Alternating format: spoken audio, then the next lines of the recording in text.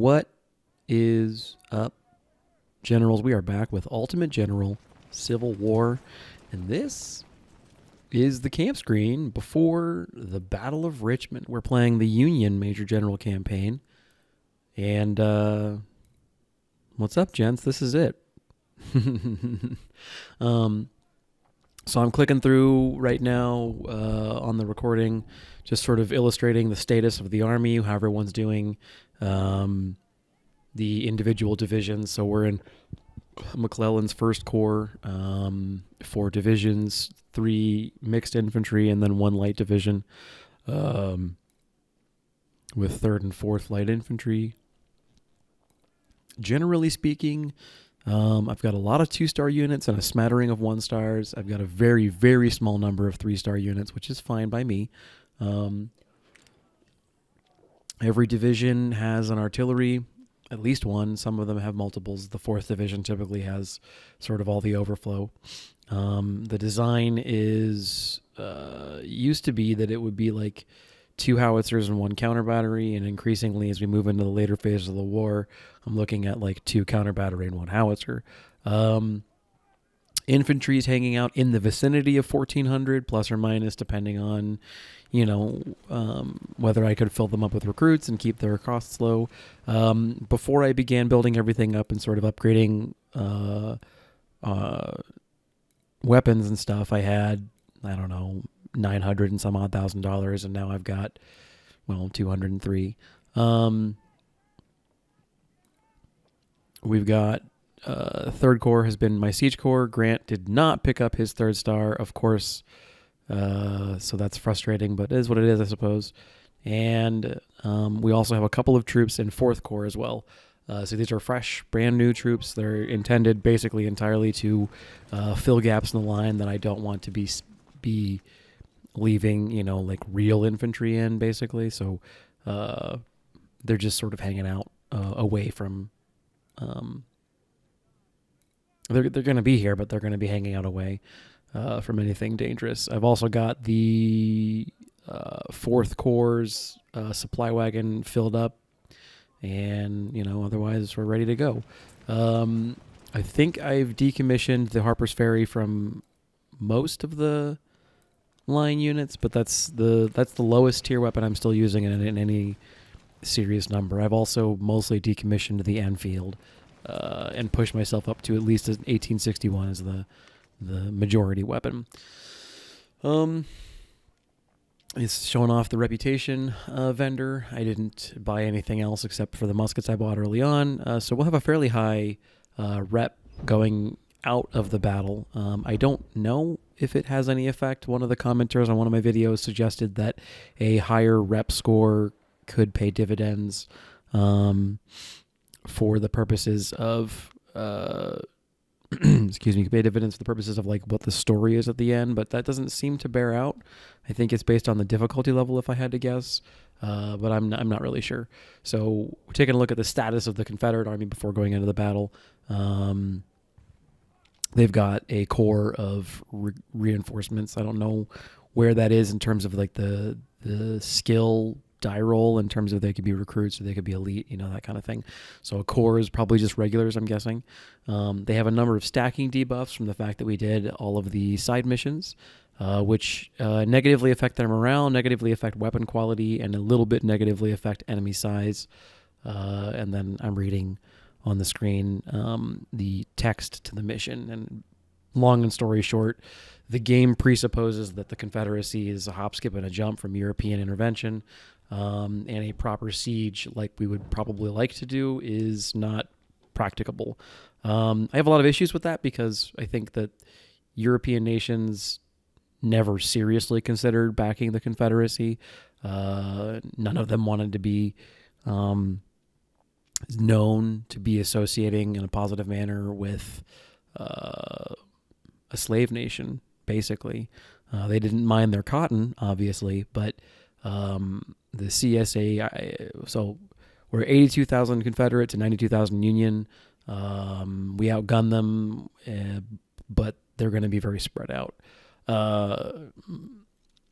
the Confederates' economic strategy at the opening of the war was the thought process of, oh, King Cotton. If we withhold cotton from the European industrial machine, they will be forced to come to the negotiation table because they need our cotton. And that more or less backfired completely. And the nations of Europe that needed cotton for their textile industries sourced it elsewhere. And I think Egypt, if I'm not mistaken, is where they predominantly went. And why that's especially dangerous in terms of the political, outside of the political ramifications, although there's obviously that, is as well, there were precious few months at the early start of the onset of the war before the Union Anaconda blockade had come into full effect, that they could have really been utilizing that trade to offload a lot of cotton and then use it, to get weapons and cannons and uniforms and maybe even hire officers to come down or whatever. And they didn't do any of that. So that had probably deleterious effects in the long term, just from an economic model outside of what it ended up doing to their attempts at political negotiations. We have begun the game, the battle, and so this opening mission here, portion of the map, essentially says like, hey, we're moving into the outskirts of Richmond, and the Confederates kind of know we're coming because it's sort of hard to miss it. And they've put these very good fortifications, a big trench line up and down the western edge of the map. So you come in that big rectangle in that open field where we came in, and I look at that map and I said, that's stupid. So I basically have everything hug the south wall and then of my deployment zone, and I start moving into this block of forest here with the intention of basically you can attack either one of the two objectives, point A or point B. What I'm assuming is point A because it's higher or northern, more northern on the map. The approach angle is over an open field, so you have no cover, no angle of approach that's going to give you concealment. I don't even think the hill gives you any defilé. So I immediately kind of just like, nope, that's not going to be a thing. That's not the it's not even not the ideal angle of attack. It's just like that's the non-suicidal, or that's the suicidal angle of attack. So instead, the thought process is that eventually this map expands southward, and what is right now the lower of the two flags ultimately becomes the middle flag. And my objective is to essentially secure a portion of the map. So right now the game, and I'm not explaining it as well. So right now the game is suggesting that we strike right down the middle and create for ourselves a salient where there are going to be Confederate troops to the south and Confederate troops to the north of our position. And because we are controlling one of the flags, and theoretically speaking, they're going to be attacking from both directions. That's a mistake, in my opinion. So what I endeavor to do is set myself up such that when the map ultimately expands, I can secure everything in the south corner of the map and then anchor around what is point B as a pivot point or a fulcrum. Pivot point. And use that as my angle of advance. So take what will become point C, presumably, and then secure everything south of that so that I have no enemy forces in my rear that I have to worry about.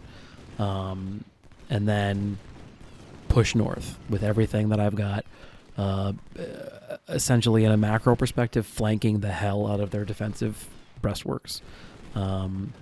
Additionally, in terms of attacking the trenches, this is a good spot because where I'm ultimately pressing is lightly defended. As you can see, there's looks like 2,000 skirmishers in the forest here, another 1,000 or so in the trenches or the breastworks behind the forest. I don't know why they would put trenches immediately abutting a forest unless they were expecting an attack from a different direction. But hey, man, I'm not the game designer. If it was me, I'd put my trenches on the other side of this creek, near where point B is. And I'd say, hey, come to me over open terrain across a creek, uphill, and I've got trenches. What's up, dude? Let me know how that goes for you. But I didn't design this map, so here we are. I'm going to utilize the terrain that I can, try and push these skirmishers back, and deal with this particular battery of artillery. From a operational note, I can't put a finger on why exactly this is the case, and something Compass thinks that it might be superstition, but you know what? I'll be damned if it doesn't work. I'm keeping my divisions together. I'm being very scrupulous about trying to keep my divisions as a group. So right now I'm leading the attack here with 3rd Division. I've got 1st Division in support, and then I've got elements of 1st Division kind of acting as a fire brigade.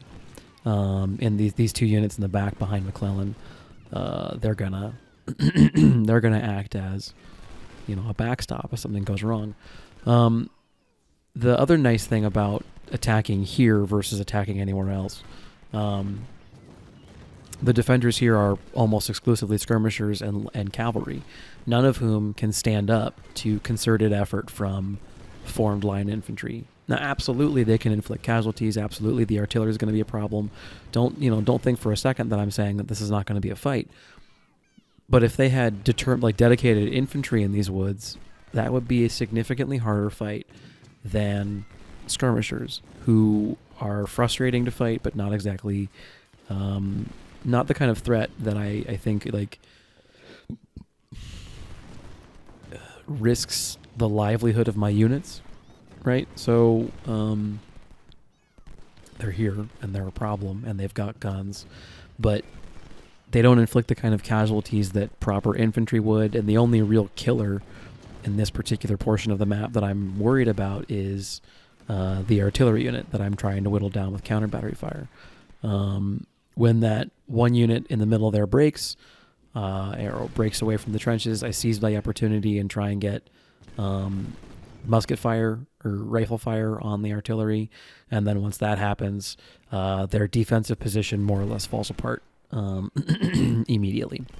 I get overly aggressive, coming out here trying to see if I can't knock out this unit of cannons, and I get lucky, and I do, but I realize just how many skirmishers they actually have back there, and I figure, if they're gonna want to fight me.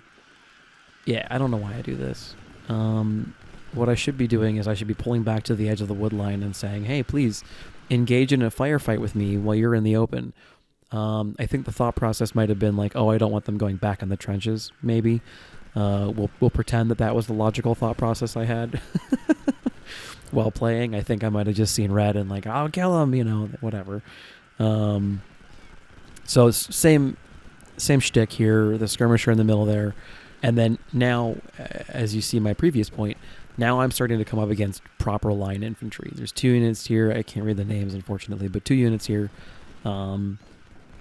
in these trench works moving towards point B, and they're inflicting significantly more harm, and they're also going to be harder to dislodge. Now, eventually, we will push them out, predominantly because we can approach these trenches from the woods, but that doesn't mean that it's going to be quick or easy compared to, say, how it might have been with skirmishers. So now the map has expanded, and we've been shown oh, take a look, there's another trench command point, and also a road that we're going to be getting, or 2 roads actually, that we're going to be getting reinforcements from. Yeah, so it becomes point C.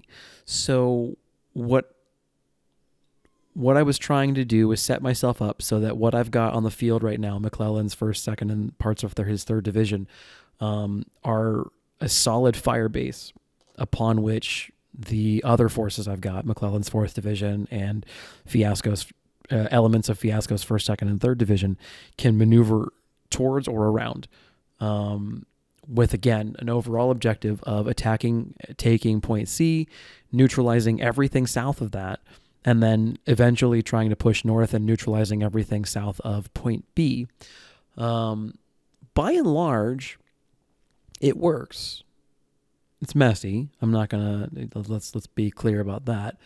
By and large, it works.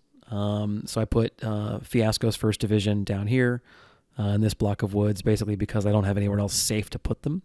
Although ultimately their objective is to push across this large clearing, and there's some trenches south of Point C that I want them to clear. Fiasco's 2nd and 3rd Division move in support of the existing forces around where I Corps is currently fighting, and I think I forget. No, I already issued orders for the northern force that comes in, and I think that's the remainder of McClellan's 3rd Division and all of his 4th Division, I want to say. Yeah, so we knock them out of the trenches just because we're using flank fire, essentially shooting at them from the sides. They figure this is enough is enough. And then I put my dudes right on the edge of the forest with the idea of shooting at the other unit still in trenches. I think it's Stewart. I'm not actually sure, though. And yeah, so now I'm just getting everything set up. I realize, okay, naked aggression is going to get me only so far. I need to go ahead and pull my guys back. Some of them are especially tired, so I pull them back for sure. And then we're also being hit with a pretty healthy amount of artillery in whatever defensive forces they've got around Point C. That said, I see this battery of artillery right there in the what I can my perception. It's kind of undefended, and I'm thirsty for killing cannons. It turns out that there are a bunch of skirmishers around that artillery that I can't see at the moment, and so that this kind of offensive maneuver that I launch here in a second becomes kind of abortive, or it just goes poorly. Let's just say that. Additionally, one of the, negative consequences of the strategy that I employ for this battle is, and something that I'm going to need to try and take into account when I play it again, this northern force here. I should probably just pull it south to join I Corps' current position. That's probably what I should do. They come under really heavy fire. That middle position comes under serious attack. And because I'm so focused on trying to wipe out everything south of Point C, I lack resources to support them up there. So watching the battle now and with retrospective, having played it, earlier today, I absolutely should have just pulled them back, had them join up with First Corps, and then concentrated my force in the middle and just said, hey, you can have that block of trees. We'll take it from you later. But, hey, life happens. Skirmisher swarm. I break off from 1st Division. They attack the artillery and do their best to ignore the skirmishers, who are obviously a problem. My dream is to knock out a couple of guns and then see what happens. As Fiasco's troops come online, I move into the offensive. And again, I chastise myself for not being aggressive enough in some regards. There's a Confederate unit moving into this line of trenches just south of my skirmisher swarm right now. If I had put troops there, I think it's possible that they wouldn't have used those trenches, and that I wouldn't have to spend so much time clearing them out of these breastworks. And this is a bit of a process, getting these guys out of there. But I don't know for sure if that's, if that would have just resulted in my skirmishers being in melee, or some tired I Corps troops getting charged instead of us just doing a gunnery duel from trenches into dense woods with artillery support. So probably I could have maybe been a bit more aggressive here, but ultimately the outcome is the same.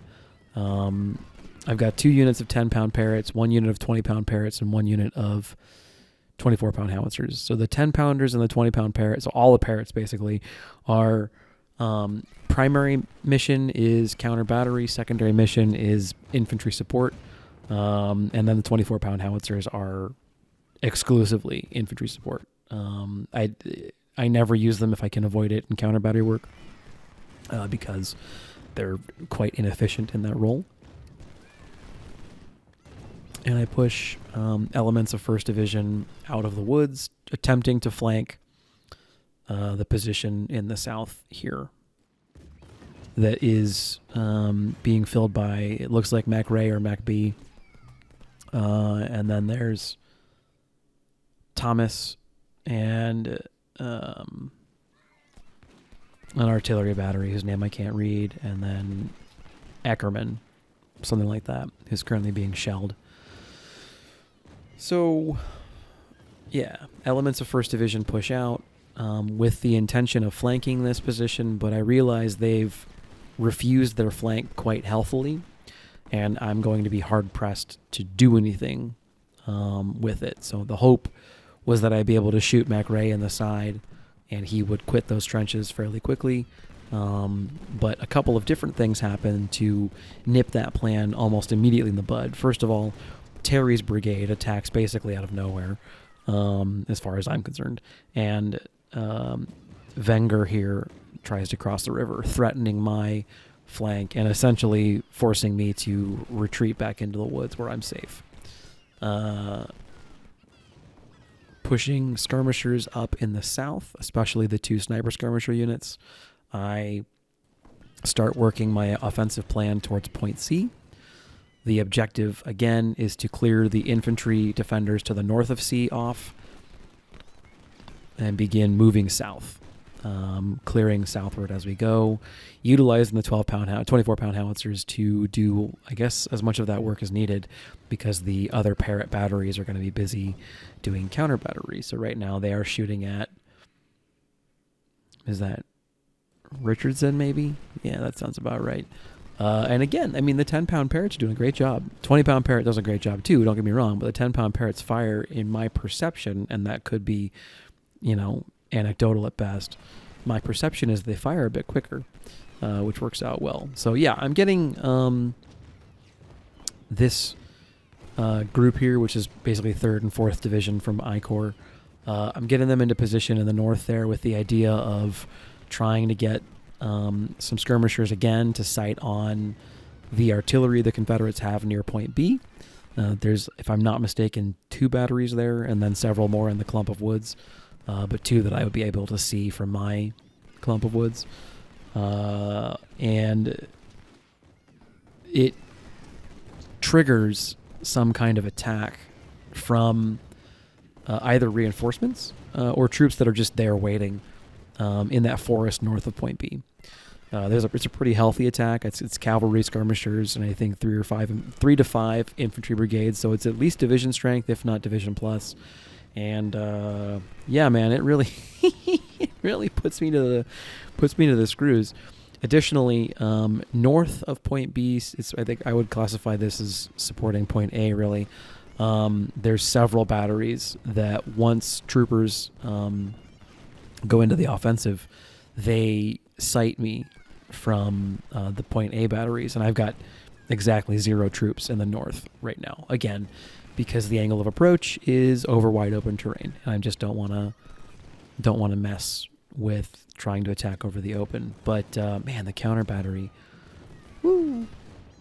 Still working on Mac Ray. Still kind of pushing up 12th howitzer, trying to get an angle on maybe shell, because I think canister would be asking for trouble, because if I get within canister range, I'm also probably within musket range with 12th howitzer, so that's a mistake. But canister, or not canister, shrapnel, shell will do the trick. Still trying to eat my way forward and take out the guns, or single battery of guns protecting Point C. And actually, once that artillery kind of goes, this is sort of a truism, I suppose. Once the artillery goes, their position tends to fall apart pretty quick. And that's, again, excuse me, that's basically true the entire battle. And so now that I'm done talking about what's been going on, I just got done playing this like half an hour ago. Took a break, made dinner. It was macaroni and cheese with grilled chicken. It's pretty good. And then instead of the usual cheddar, I did kind of this pesto cheese. A little bit of Cajun for some bite. It's kind of like a sort of a paprika kind of seasoning. It's not quite jerk. It's not quite. I can't put a finger on it. It's just called Cajun seasoning, Creole seasoning, but whatever it is, it's nice and it's subtle. It doesn't overpower the pesto. So I'm sitting here with a coffee, and I'm sort of just talking about the battle I just fought and the campaign I just ended. So we'll do some meta discussion here in a little bit, but still, at this point, I'm talking about kind of what I'm trying to accomplish.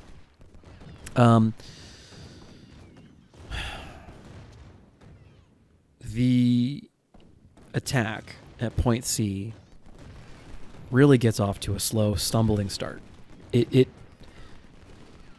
once this gets rolling, the attack at point C, like we hit one or two more stumbling blocks, and then the battle, the momentum, the flow of the battle is basically 100% in my favor. Casualties are high. This is a fierce fight, and the Confederates put up a tenacious, exciting, good defense. I'll say that I didn't even come close to dismantling the CSA here, like something Compass did in his playthrough of this battle at Major General, but yeah, I mean, it was still a lot of fun. We still get basically, I think 98% destruction. There's, I think, 2 units left when the timer runs out at Richmond. So it goes great. We get otherwise complete destruction of every other element of the battlefield, which is essentially the hallmark of, I think, my campaign. If I'm looking at it, I'd say, messy, higher casualties for my forces, but 100% destruction at nearly every battle. There are players who do it better than me in terms of taking fewer losses in the process. Sure. Okay, fine. But here we are, like we got to Richmond, we got to Major General, we can do this. So Terry clicks into that trench work, and I really strongly dislike the way the game handles this mechanic, although I abuse it myself when the time comes, but that's because if the AI is going to do it to me, like, all's fair in love and war, dude. So Terry, or anybody else, clicks into these trenches, and it seems like as far as the game is concerned, I think I might have talked about this at Muleshoe too, it seems as far as the game is concerned, like once a unit clicks into the trenches, regardless of where the sprites are shown on the screen, is like, oh, Terry's still crossing a river, which is great. No, now all of a sudden Terry's in the trenches, and so when I shoot at Terry doesn't take damage like he would if he was in a river. Terry takes damage like he would if he's in trenches. Additionally, if Terry tries to shoot me while crossing a river, he doesn't have to stop like you would normally, because as far as the game's concerned, he's in the trenches. And this is the shittier part, Terry doesn't do damage to me as if he was shooting at me from wherever it is the sprites on the screen show him being. No. Terry does damage to me as if he was in those trenches, which frequently means that he's flanking me, or even worse, rear flanking me. And especially worse, as far as the game's concerned, point blank. Now, if Terry was in that river, and I understand that Terry's long since run off, but this is just sort of the discussion point I want to talk about for the moment. If Terry's in that river shooting at me, he has to stop. He has to shoot uphill. And he has to shoot at a unit that's at max range. If Terry's in the trenches, none of those things are true. And frequently, I'll be in a position where I should not be taking the kind of losses I'm taking, and I'm just getting decimated because some guy clicked into trenches, and I'm over here like, God dang it. Now, again, I do the exact same thing myself, so don't let me act like I'm some, high and mighty guy. But it's one of those things that I hope that Ultimate General, Age of Sail tweaks, fixes. I would imagine, just based on the name and the era and everything else and what I know about that region or general period of time, that the military actions are going to be orders of magnitude smaller. We're not talking about the Civil War or the Napoleonic War. We're not talking about brigades of 1,500. We're talking about like Marine detachments of 200, and that kind of thing. So it's going to be a significantly smaller game. That's way off topic. My apologies. But I'm interested to see kind of how that plays out. I'm actually, because I think like it won't really change the feel of the game that much, right? Because like we're not, the block of troops that is the Iron Brigade right now reads as 1,340 individuals. There aren't 1,340 dudes on the screen right now. There's probably like 200. So if the engine can render basically 1-to-1, okay, yeah, man, sure, whatever. That should be cool. That'll be fun. What you see is what you get, quite literally. So in game, we're flanking the position at point C. However, I wasn't able to morale shock the battery before it got canister off at one of my brigades, which then kind of causes my advance to stall. And then we come back to that and it's fine, whatever. Here we have the first bit, or the first portion of the sort of like side mission, so to speak, or the side quest going on in the south here. So if the fight up north in the trees is the Battle of Endor, down here, this is where Han and Leia and Luke, or Han and Leia are, screwing around at the satellite dish, because like we all know the spaceship portion of the Battle of Endor is significantly more important than a bunch of, commandos screwing around in the woods with teddy bears. But the shit in the space station doesn't go anywhere. It's not successful. It can't be successful unless, look, the commandos and the teddy bears are able to take out the radio dish, or satellite dish. Same shit. Same shit here. The fight between 1st and 3rd Corps, and then elements of 4th Corps eventually, in those trenches leading into Richmond, is the more important of the two fights going on right now. But this also matters. The game tells me that we wouldn't be able to attack Richmond without taking all 4 of the forts surrounding Richmond, which is bullshit, but okay. Like if I take all the forts north of a city and then take the city, let's say that it's, you're the commander of the Wehrmacht and it's 1930 or 41 or 40. I think 40. If you take Paris and you take all the forts north of Paris, and then,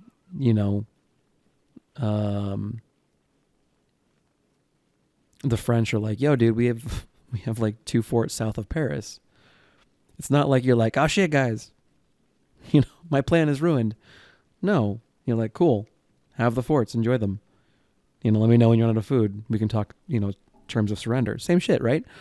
So that's knowledge from outside the game, I suppose. But the scenario is the scenario, and I have to play it as written, which is fine. So we're coming in here with a tiny cross section and kind of a rough one to go onto the offensive with too, I might add. 2nd Corps, 3rd and 4th Division. So it's the light division, 3 cavalry, 2 skirmishers, and a 10-pound parrot unit? That sounds right. Yeah, 10-pound, 14th Artillery. And then we come in with a traditional infantry division, but like, I feel like not all of it. So it's 3rd Division. I feel like not all of 3rd Division showed up. It's whatever. So, again, my general thought process is it'd be better to have a portion of the map to my back that is safe than rather like strike straight for that fort and then also have to worry about these guys in these trenches to fight as well. Additionally, I'd like to kind of try and loop around the fort if possible and hit it from at least 2 sides is the thought process at the time. I end up hitting it from 3, which is just as well. But ultimately I'm over here like, look, I've tried charging this fort from the front before. Let's just say it does not go well. So I want to hit it from as many sides as I can. And I'm prepping my little flying column here. So I detached 2 skirmishers. I got the 9th Artillery, 9th Howitzer, as far forward as I'm comfortable putting it because I'm afraid of musket fire. And then I've got 2nd Lightfoot providing longer range support. And we just, kind of send them in. Everything's sort of timed to as close as possible, mostly hit at the same time, or as near to all at once as I can manage. So I send the 2 skirmishers in first, and this is going to sound like not great, but they're bullet sponges. and they do their job. They go in first. I think one gets just shot to fucking shit. Parker's Guard skirmishers. They get shot to pieces, and I think weirdly not by Wallace, but by the unit underneath him. I don't know who it is right now. It was on the screen a second ago. It couldn't read it. So the 40th Infantry and Parker's Guards, as well as 4th Cavalry, 8th Dragoon, and 5th Dragoon all charge Wallace at more or less the same time. Wallace puts up a heroic defense. This is a stupid amount of troops who are attacking him, and he's like, nah, dude, I got this. Additionally, he holds out long enough for Ramon, maybe? Ransom, perhaps? Ramon or Ransom.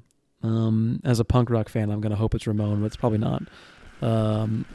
Holds out long enough for Ransom, probably, to get off a full volley into one of my cav units. It looks like 8th Dragoon. So that's devastating for me. And Wallace is a real MVP here. But we run 40th and Parker's into the copse of trees immediately north of... Yeah, it looks like Ransom. Damn it. Immediately north of Ransom. I pull the cav back as fast as I can, but it's not before Ransom gets off another freaking volley. This guy's killing it. He's doing a good job. Excellent target prioritization from the AI. Like, really cool. Like, that's exactly what I would be doing if I was in their shoes.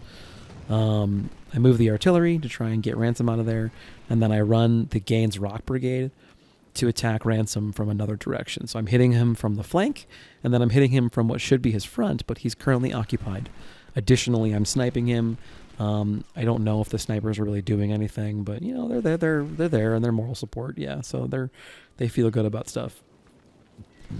Now that Ransom breaks cover, essentially at this point my plan is to just do the same thing over and over and over again. Minus the part, ideally, where my Dragoons take an entire volley to the face. Like, let's not do that, shall we?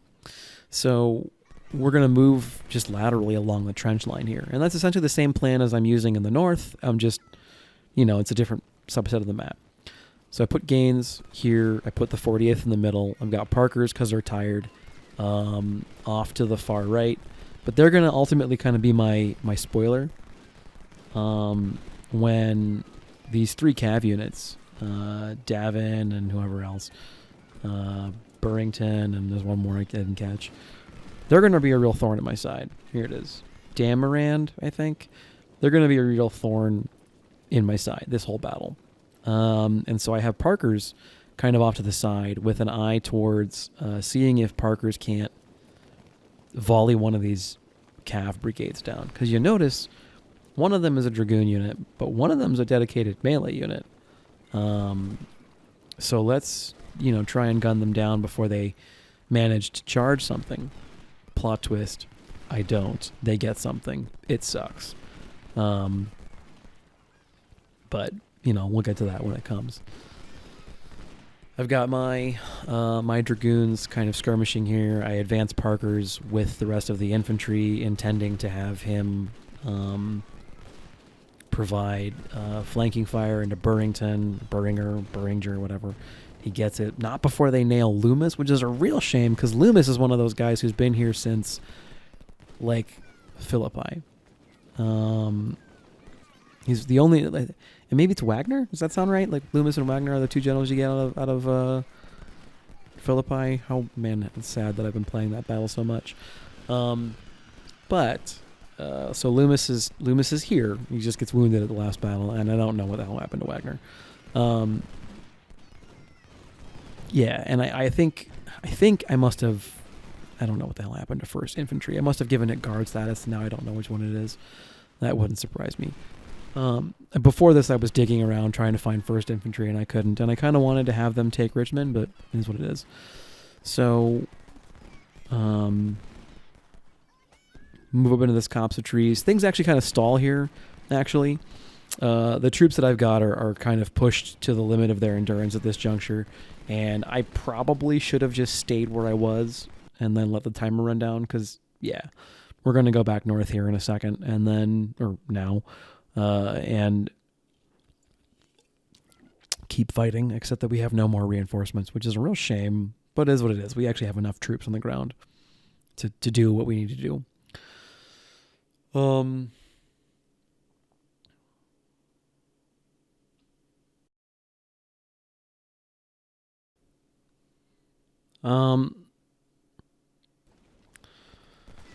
So, we come back up to the north, and my flank attack continues. The Iron Brigade is successfully able to get rid of that one artillery unit that was kind of holding me up, and I start, like, gingerly probing around Point C, because I know there are defenders here, but I can't see them, and I'm wondering, where the hell everybody ran off to.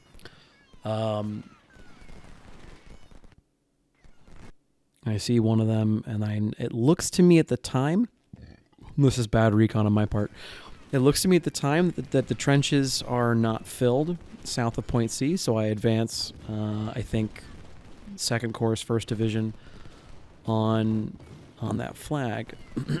Turns out there are things there. The skirmishers move into the trenches, reference my earlier discussion vis-a-vis popping into trenches and how much that's frustrating, and they do it here themselves, the skirmishers. So I pull my skirmishers back. I've got bits of I-Corps now posted in such a way that they can check any attempt to cross the river, and I've got my dudes in the north. They're just now starting to be attacked, and so I'm becoming aware of the fact that, there's a threat going on in the north, aside from just kind of random light shelling.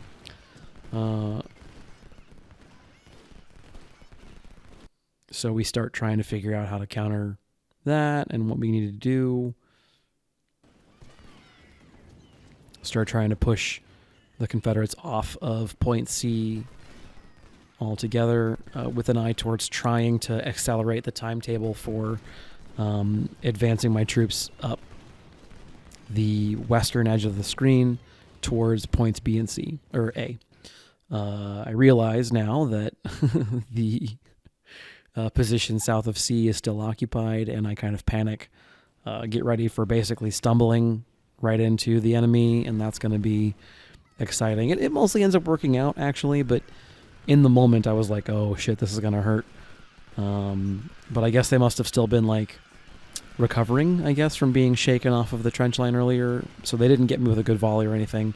I did end up kind of walking into melee, which is less than ideal, but that's neither here nor there.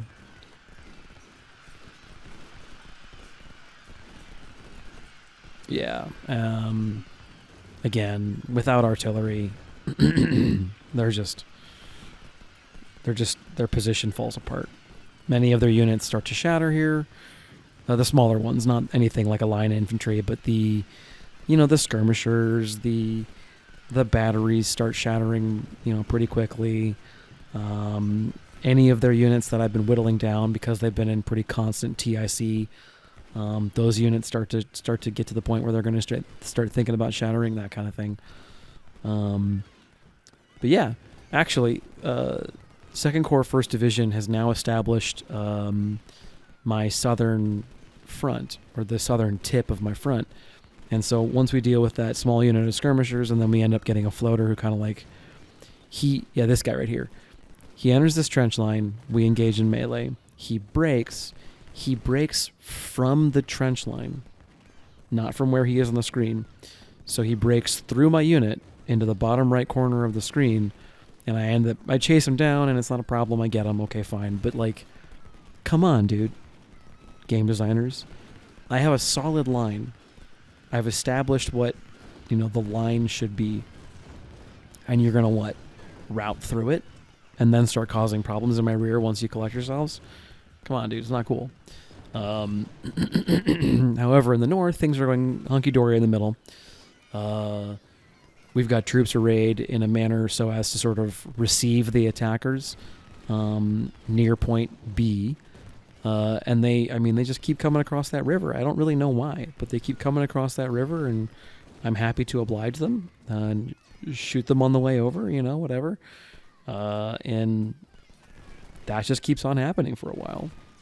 I press up more of 2nd and I Corps in the south in an intention to continue being in contact, continue pressing the momentum, keep the Confederates on the back foot. I've got the 2 units of skirmishers in the south trying to hunt down that 1 unit that got through, and the counter battery units are still doing counter battery stuff.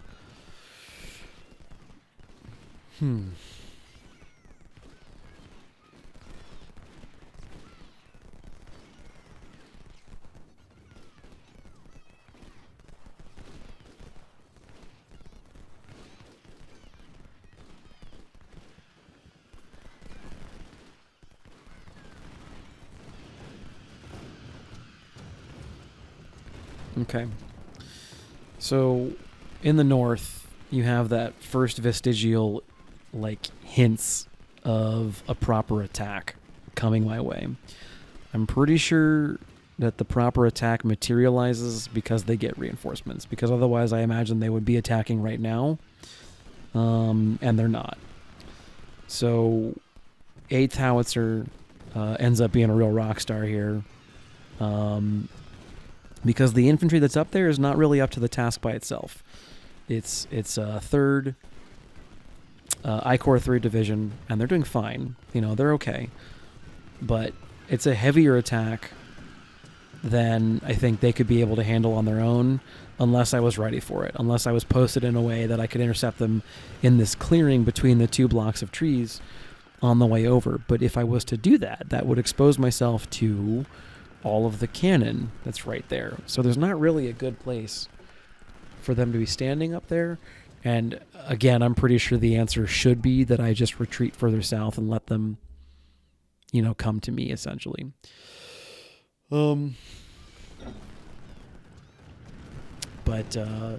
Yeah, so that's going to continue being kind of a furball for a while, that section of the battlefield. I get 6th and 7th Cavalry on Davis or Darris or something. We run him down, probably Davis. Run him down fairly quickly. Devon, perhaps. Work on taking out that 1 skirmisher in the backfield. And then this darn cavalry unit here. Oh, my goodness. This guy's a real pain in my ass. Those 2 cav units, 6 and 7, were originally intended to be up there. They were originally intended to counter that cav unit or that cav push, meet it, and then check it. And, of course, because I pulled them south to go deal with Devon, look where they're not. It is what it is. You adapt. So I push 2nd Corps, 3rd Division across the river here. Now that we've shattered everything south of point C, we can begin our push northward towards B and A. And this is incidentally also when things start to get messy. So, yeah, this is a heads up. That's coming.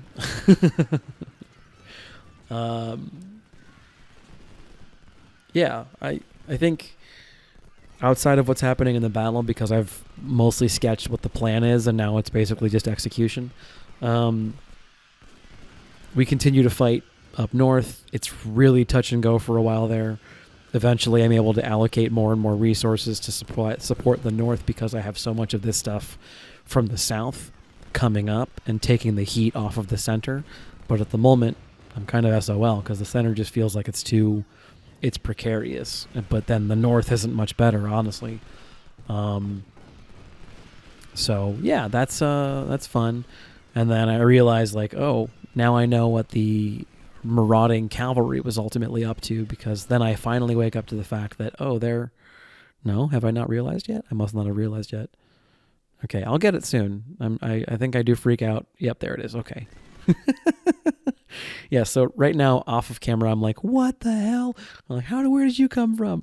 So, ultimately, this guy isn't really a problem. He takes out, I don't know, 2 guns or whatever from one of the 2 units, but it's I have infantry that can kind of support quickly enough that it doesn't become a major problem.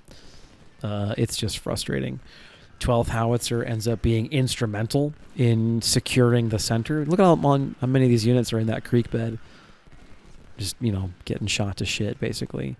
12th Howitzer, adds to that particular murder volley, and things just fall apart pretty quick for the units that are partaking in that push. Things in the north, looking pretty messy. That's going to continue to be a furball for a while. But it'll be okay. Ultimately, we'll get it set up, squared away, that kind of thing. I gotta say, I had a lot of trepidation going into this battle. I played it last at Brigadier General, and I remembered it being a very difficult battle that, I felt was very touch and go for much of it. And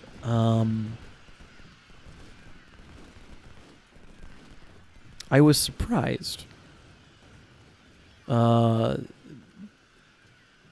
I ended up just having a lot of fun in this battle. This is another one of those fights where you're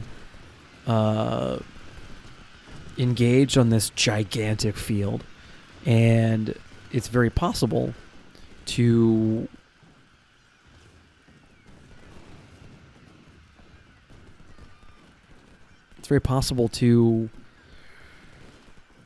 get that sense of a grand battle. It's one of the things, like, I think Chancellorsville does this really well. I think maybe Stones River does this really well as well. Second Bull Run does a good job at capturing that, like, you have control over an entire battlefield. How do you want to maneuver it?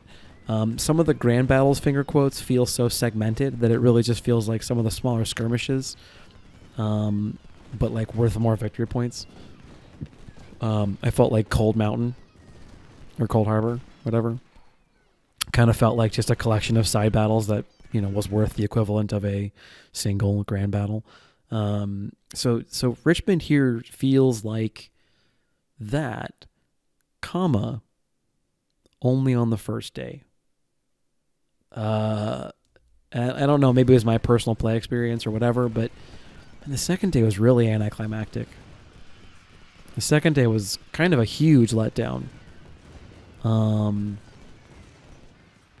Because they fight hard here. They fight tooth and nail at this point in the battle, and they're really giving me, a run for my money, and they're making me work for it. And this is just some of the things are kind of annoying, like the trenches and the cavalry coming out of nowhere and whatever, the guy retreating through my unit. But by and large, this battle is really fun on day one.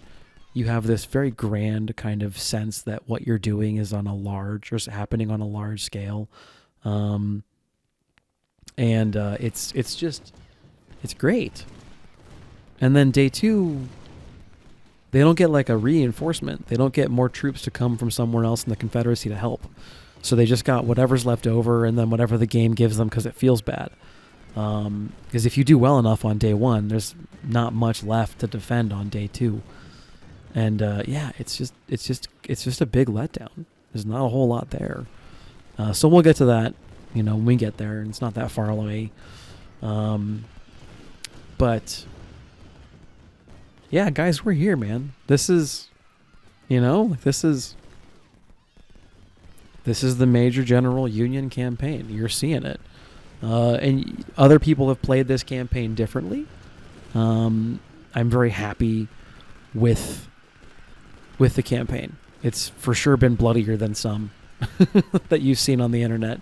There's been some out there where the players, again, if you want methodical and like precise, no one's better in my opinion than Something Compass. Although I say that, I've been watching Panda Kraut's Confederate campaign, and he's Panda, you have like this very impressive encyclopedic knowledge of not only like how the battles play out, but also when and where and the timing of these units and when they spawn in and stuff. It's crazy. It's awesome. It's cool. So yeah, and I don't have that kind of a knowledge, so I kind of go off of a lot of memory, and I don't know. Sometimes like you've seen me forget something was going to happen or just get caught completely by surprise by stuff in this playthrough. So yeah, we come back to the Endor moon, watching the guys try and find the space station or satellite array. The remainder, elements of 3 Corps, the 1st and 2nd Division, join us. It suddenly becomes daytime. And basically I try and hold my ground. Yeah, this is where the charge gets off. Oh, this is so frustrating. I expose my infantry for a second, and then they pounce. Like, I'm never this good with cavalry, obviously. But the AI is on it, and they do a great job here. So, yeah, I think for right now, all I'm trying to do is hold my ground. I've got the howitzer battery pulled forward, and I've got the Parrot battery pulled a little bit further back because they're a longer range weapon platform. I'm rushing Grant himself forward to try and get the Gaines guards back in the game. And he's not a 3-star yet, so he can't spread any kind of morale or anything. Then I'm rushing those 2 divisions forward as well. And they're gonna, when they show up, the Confederate position basically evaporates. There's not really any other word for it. Their position just evaporates.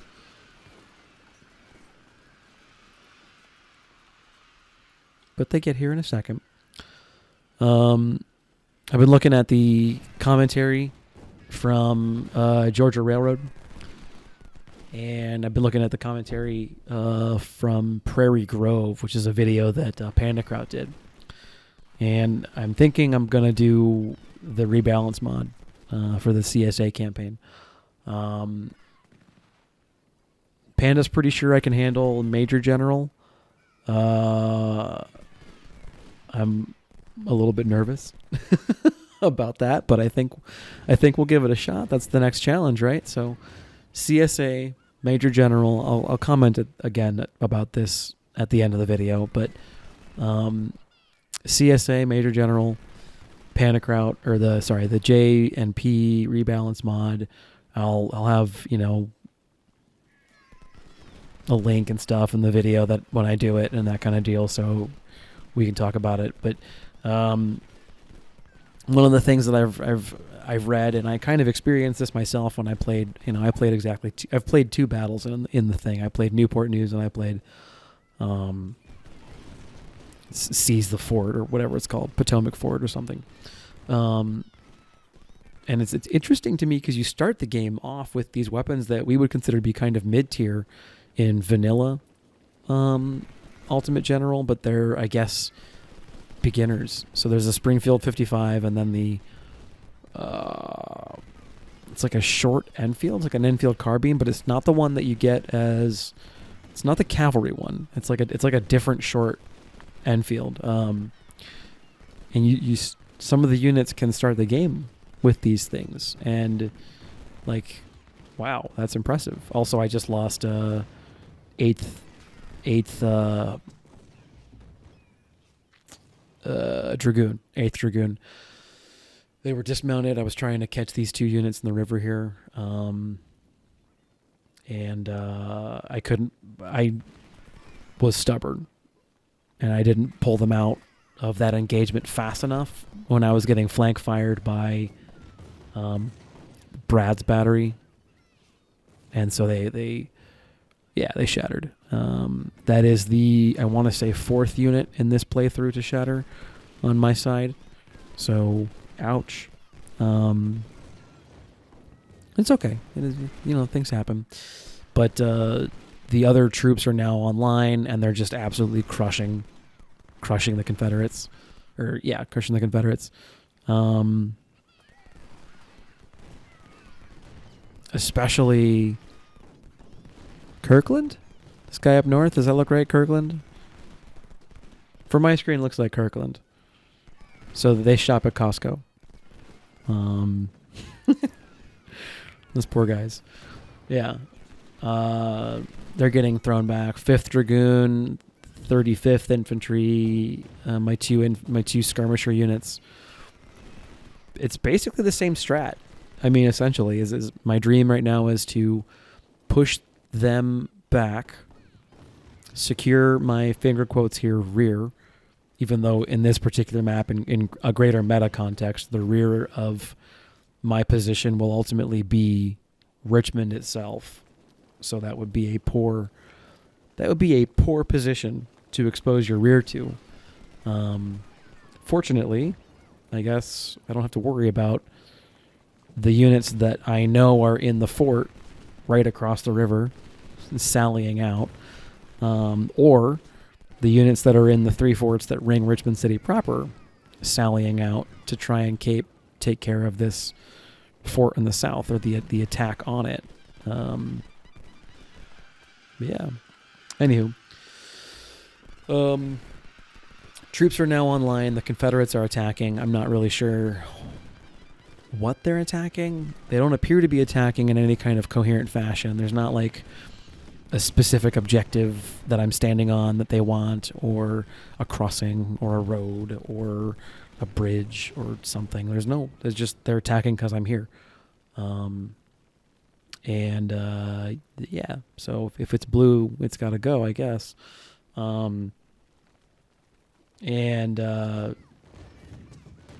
mean, they're pretty reckless, so I just shoot them and just keep on doing that. We take care of Cliff. We take care of Kirkland. There's another artillery unit down here. It looks like Reed or Brad. Something like that. We take care of them. We shatter that cav unit. I mean, like, they're falling apart, man. They're falling. Like, there's a lot of little units, and they've all been getting reamed, and now they're just starting to fall apart. And that's, I think, like, as a plain note, if you're playing either side, Union or Confederate, my strongest advice to you is, how we did the 7 points in the last video? Like, someone gave Godslayer a bunch of points, and they were like, hey, dude, think about these things when you play. I think I want to, like, return to one of them, because the person giving him points at attack in a solid line as a block and attack all at once. And the more I think about that, the more I'm like, no. Eliminate whole units if you can. I mean, sometimes you just have to sort of attrit across the entire line, right? Like, sometimes you just have to.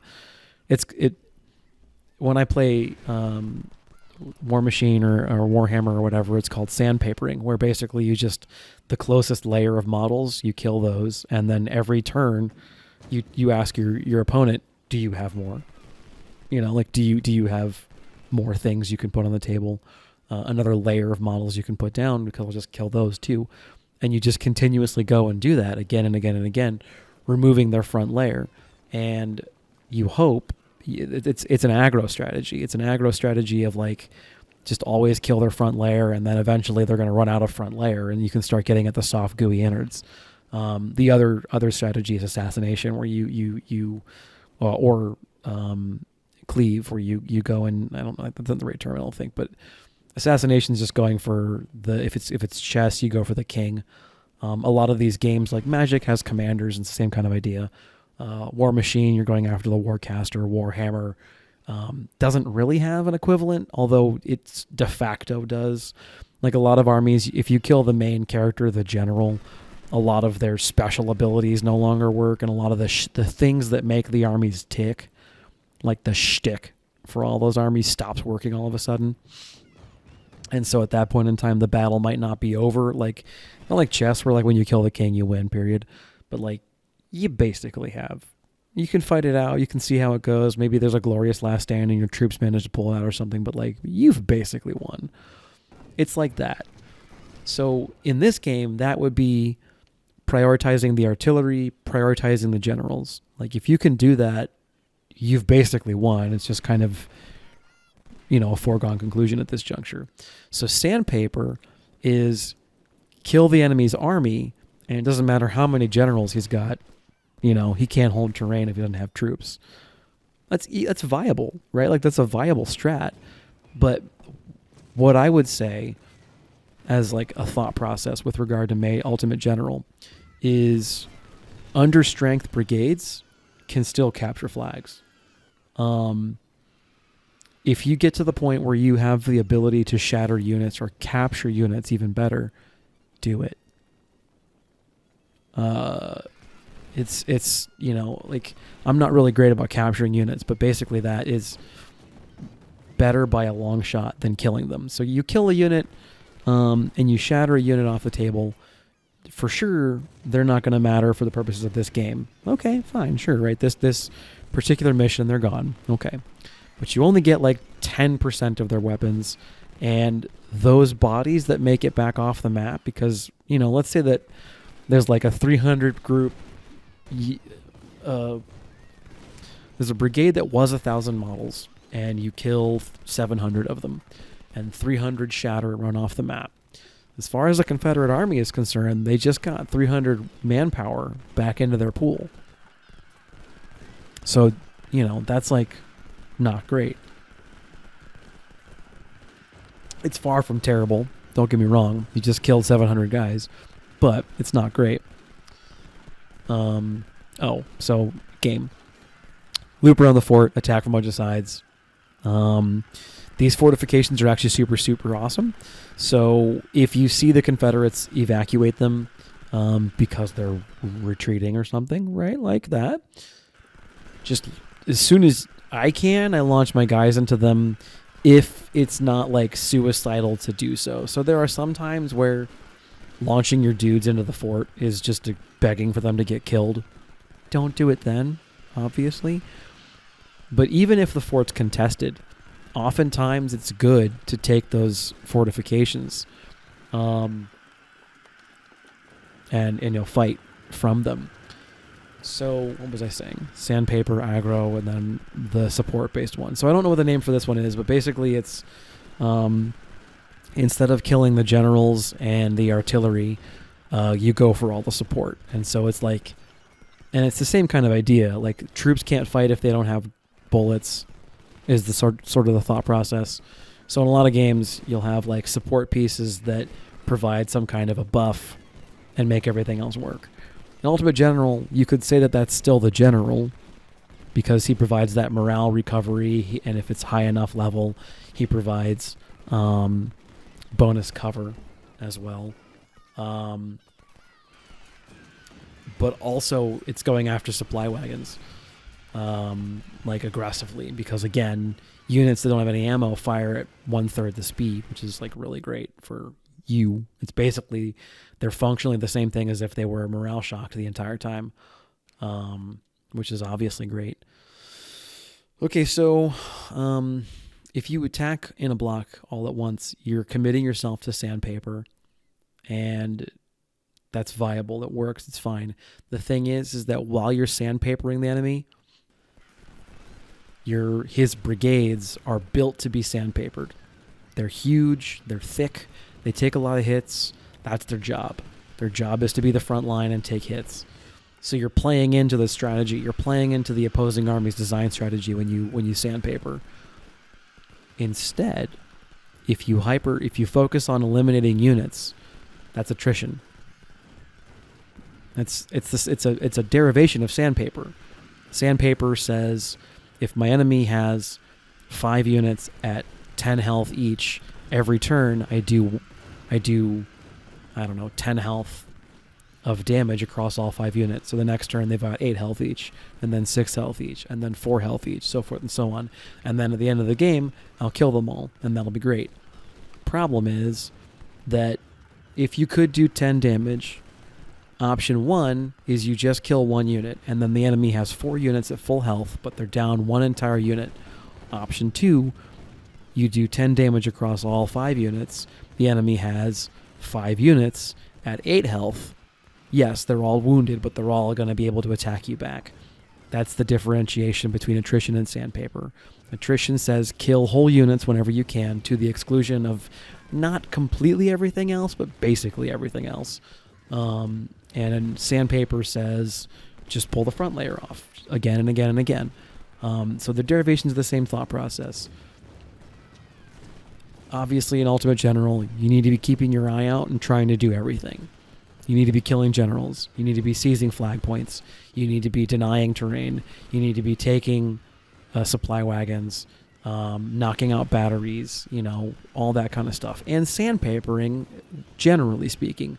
But when the opportunity presents itself, when a unit is sufficiently weakened that you could shatter it or you could charge it and capture it, that's when you do that.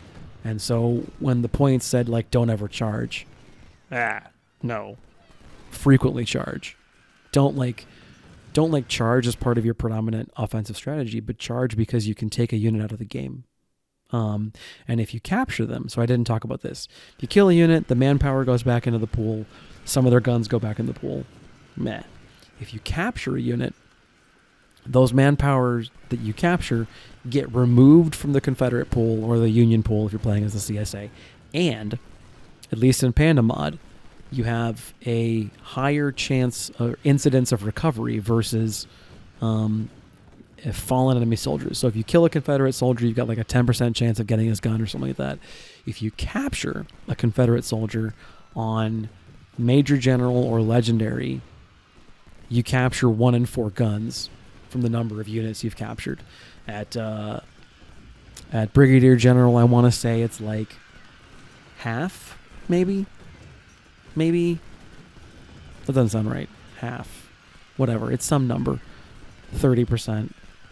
40%. I don't know. And then on Colonel, they basically bake you a cake. You get a lot of guns when you capture guys in Colonel if you're playing Panda mod. But that's exclusive to Panda mod. So if you're not playing Panda Kraut mod, first of all, go download Panda Kraut mod. If for no other reason than because it highlights the firing cones white. That's the dumbest reason to get a mod, but I think it's what got me on board.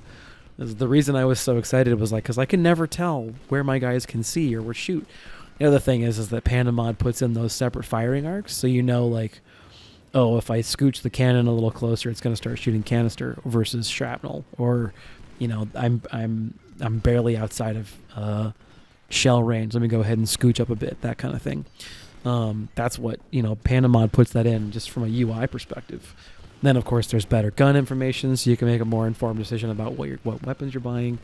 And then also they do a couple things. One, they remove the negative scaling penalty associated with having units too large, and they remove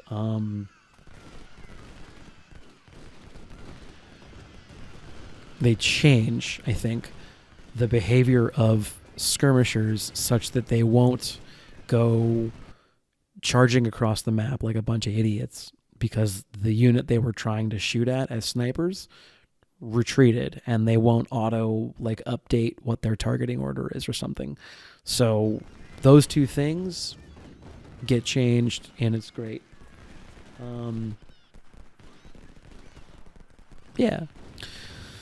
So I don't know the full list of changes that the rebalance mod makes. We're going to be discovering a lot of that together. I know that they change some of the guns. I know they change how perks work. I know they change a lot of that stuff. We'll figure it out as we go. But we're going to be learning that together. And as far as I'm aware, and I could be wrong, no one's doing a Panda mod or a rebalance mod series at the moment. There are a plethora now of Union and Confederate Major General campaigns, when there were a couple but not many when I first started recording. And now I think that, if I'm not mistaken, there's no one doing a rebalance mod series. So I'm going to be that guy. Anyway, I was talking about attrition. So in case you're wondering, this is when the battle gets messy. There's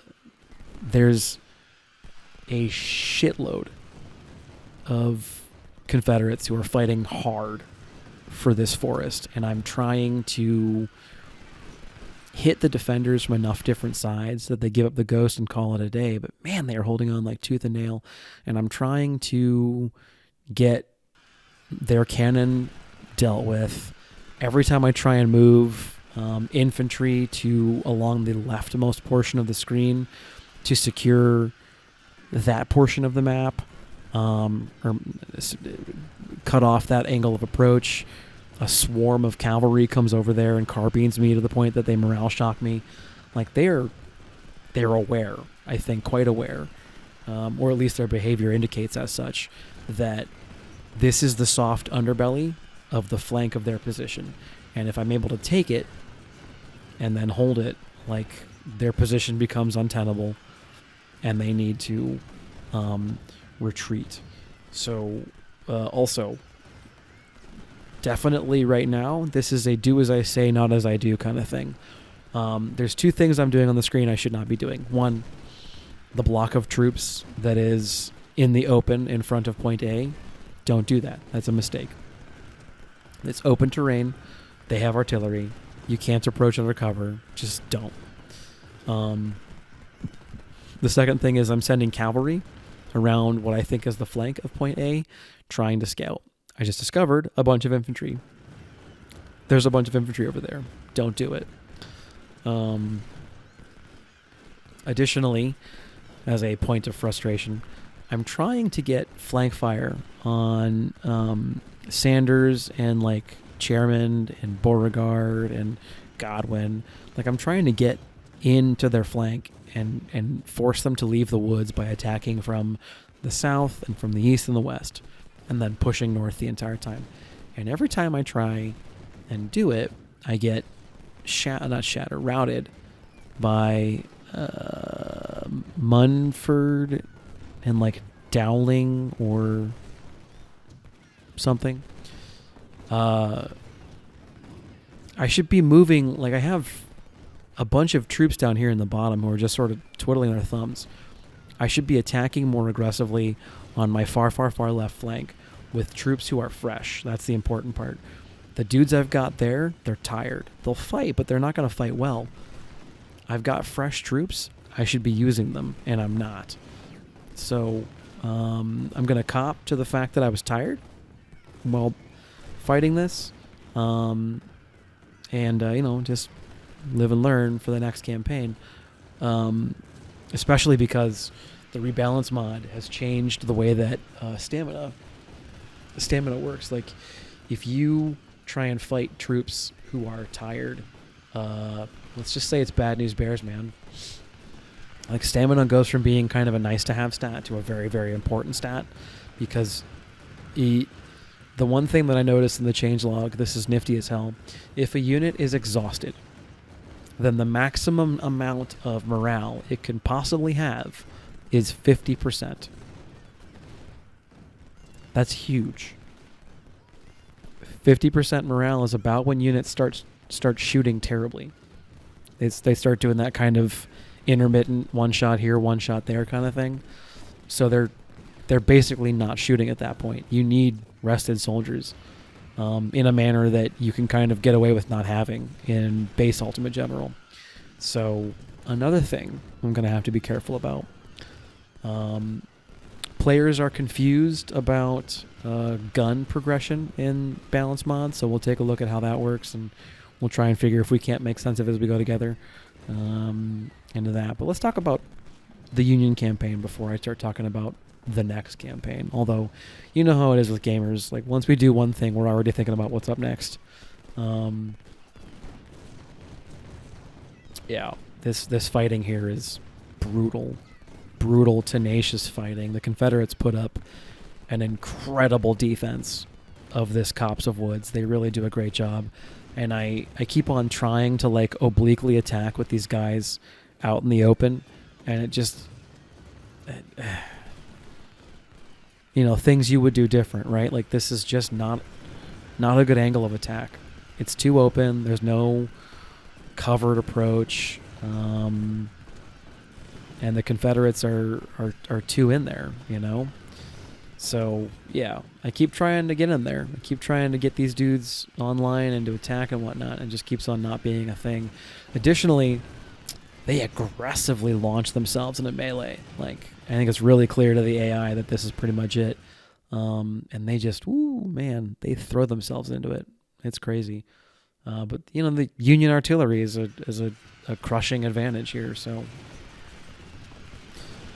Ultimately, as much as it's messy for me, my units get thrashed, their units shatter. So, yeah, it's painful for the Union Army, but the Confederate Army is markedly worse off every time they launch an attack. I've not had them launch one of these attacks yet that didn't result in at least one unit shattering, and frequently multiples. So, yeah. They keep at it, though. They keep going.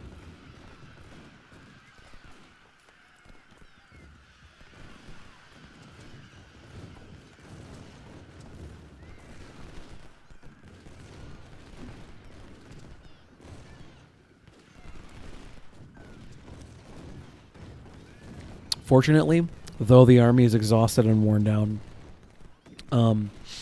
at this point, we've largely pushed them out of the woods. So we're in trees and they're in the open, and they're fighting in a disadvantageous position. Now, they're still coming at me. They're still, like, aggressively coming after me. It's amazing to watch. I was very impressed with the tenacity of the defender here. But ultimately, this zealous attack to the middle here is misguided. One of the nice things of their aggressive overfocus on the middle here is that my flanks have had a chance to rest up. So that's cool too. They're not full, but they're rested, or more rested than they were. So yay.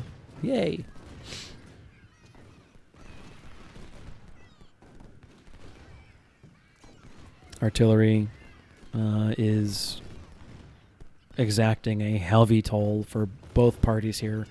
I end up capturing a shitload of 10-pound Parrots and 24-pound howitzers. So, yeah, I mean, this is good artillery that the Confederates are using here. It's good. It is a good series of cannons that they are using, and they make me pay for it, quite a bit. But we knock out a lot of batteries. We get more troops now. I'm not entirely sure what these guys would do, They're part of my 4th Corps, so they're all brand new, recruits or rookies or whatever. No experience, like 10 stats. Also, this is interesting. I think somehow I got one of the units to, like, boop off the side of the table. It's weird. And then the weird thing is that, like, they come back. Like, they find a hole back on the game space.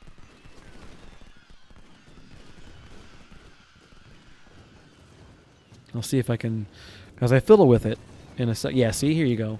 This. Look at that. They're, excuse me.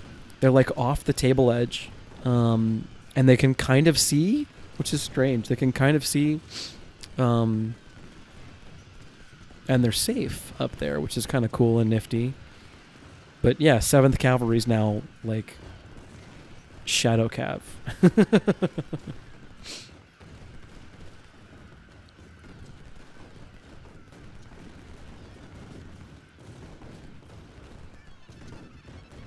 Yeah. So I've got the Confederate Army kind of balled up in the corner now, which is nifty. But they still got just an absolute shitload of fight in them. Crazy, crazy, crazy fight. And they keep coming out. It's amazing. They're so aggressive. My units are getting mauled, though, dude. Like, it's not pretty. And in fairness, I will totally admit that there's a portion of me that, like, realizes I don't have to worry about the army after this battle, so I'm kind of like, meh. I'm not, like, being cavalier about it, because I do know I have another day of fighting to do, but I'm not nearly as, like, I'm visibly less careful, I think, than I used to be about these units, because I'm just sort of like, okay, let's get it done. I think that's part of it too, is I have to be completely honest. Like, there's a certain level of fatigue that sets in by the time you get to Richmond, or for that matter Washington, where it's just kind of, yeah, man, whatever happens. You know, and I mean, I started this series over the summer, and like we're just after the new year, and I was doing, I think, I was scheduled for a minimum of one a week. I didn't make that during finals. I didn't make that during Christmas, but otherwise I got at least one a week, and I had several weeks where I got 2 or 3. So it ends up evening out. And this is going to be, what, episode 38, I think. So it's not that bad. I know I mostly haven't done camp episodes, which is, I think, like, I look at, like, Something Compass, and he's got 55 episodes in his series, something like that. But he's, like, really good about camp episodes. And, like, I don't know, if all I'm doing is refilling the units, I'm just kind of like, it's boring. They don't want to see it. It's fine. So I don't really do camp episodes. I would imagine that will likely change for the Rebalance series, because so much of it's going to be functionally a new game, especially if they patch it. If they release a new patch between when I start and when I finish, and depending on the severity of the patch, like, maybe I don't patch, maybe I wait, or maybe I start over again, you know, and I'm like, okay, let's take the patch into account. But hopefully, like, you guys, Panicrout and your buddy, I'll record all of it live.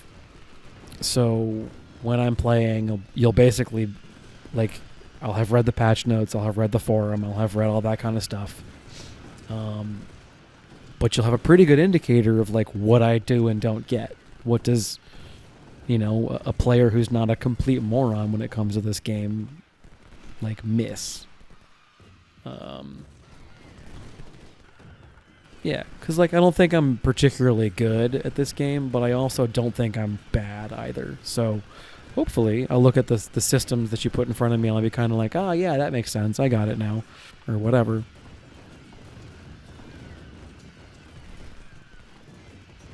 But we'll see. I don't have any idea what the stats do. I don't have any idea, like, you know, does Recon 4, is it the golden number and you're done after that, or what, you know? So we'll have to figure it out. What the ideal stat progression starts to look like.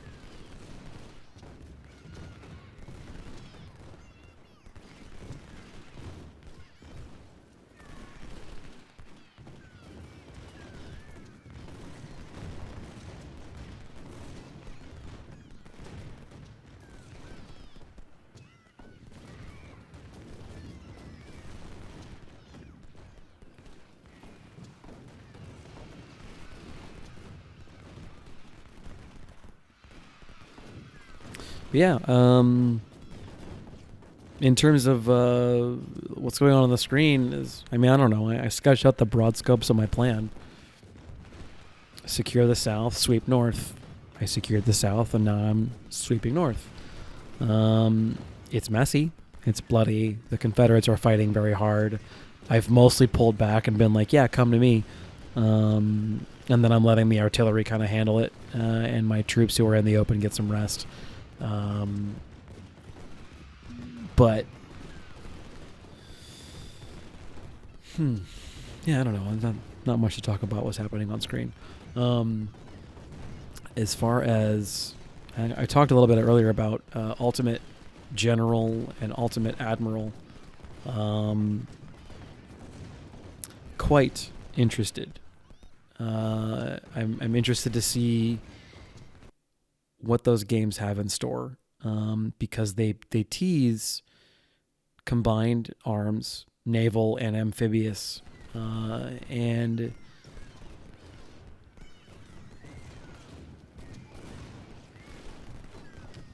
they don't like seem to be large unit actions, and it does not, if I'm like remembering the era of history even remotely correctly, there is not like huge tectonic change in terms of firepower. So I'm wondering like what the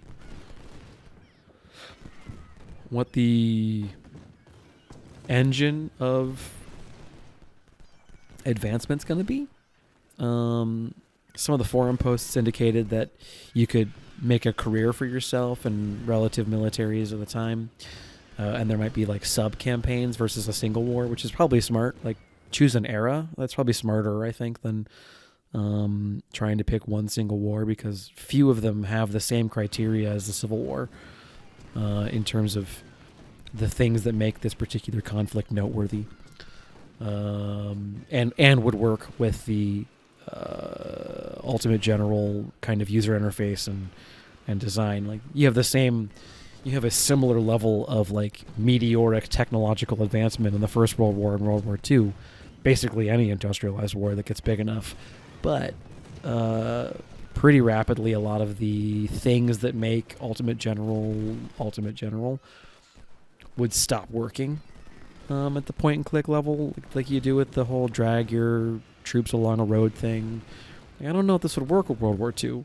You know, if you had tanks and you had infantry platoons or whatever, I just don't know if it would work. So, yeah. I'm sure they could find a way to make it work, but we'll see. At that point in time, it would start looking a lot like War Game. Or I guess Steel Division now is what it's called. But, yeah. I think we're almost done with the first day. Do they maybe have us go and fight back by the southern fort again for a bit? I think maybe they do. For no reason. Like, no one attacks me there. But, okay. Rah, rah, rah, fight, fight, fight. I'm not, like, terribly worried about hunting down supply wagons like I usually am, because it doesn't matter after this battle. You know, like, even like the things you capture, it doesn't really matter. So it's just kind of like, okay, I captured stuff, thanks. It's like, all right, cool. Thanks for letting me know.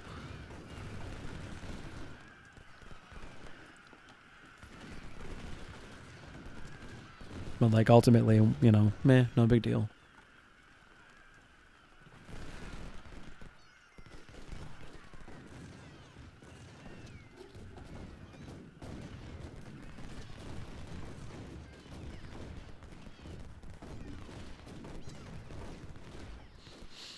But they keep coming, and we keep shooting them.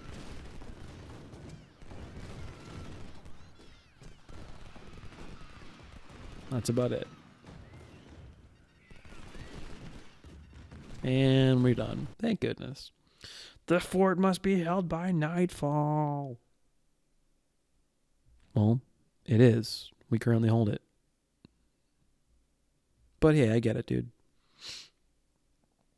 Although we did secure the trenches, it's utmost importance to capture the thing. Yeah, we did. So it's nice of them to give me a chance to finish routing this, I guess. And you got a bunch of capture, actually, which is really cool. And then I'm expecting more reinforcements to come from the north or something.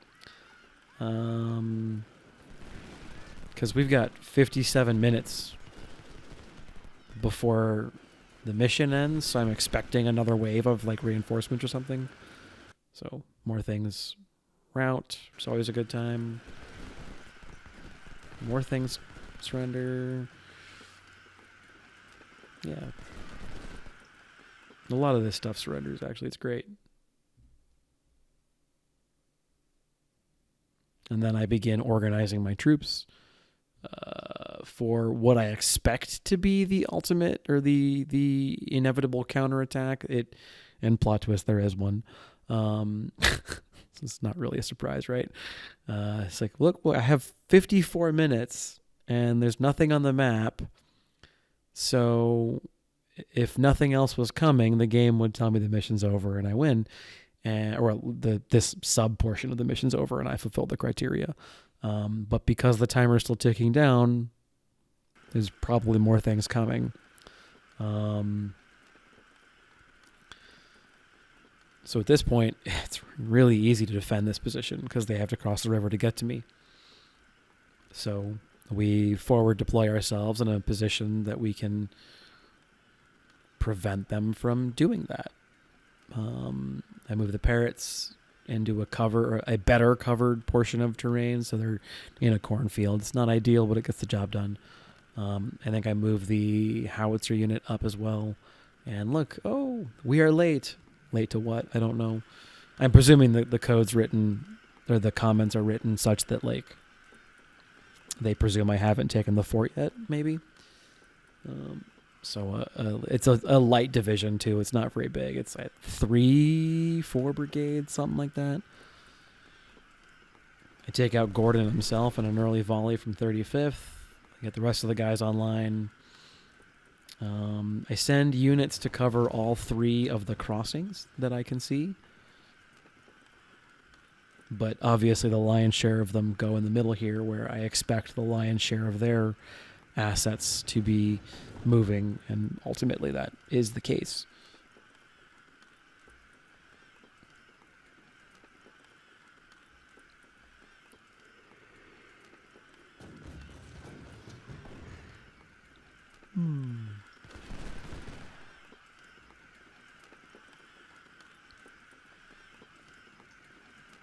Yeah, this is relatively straightforward.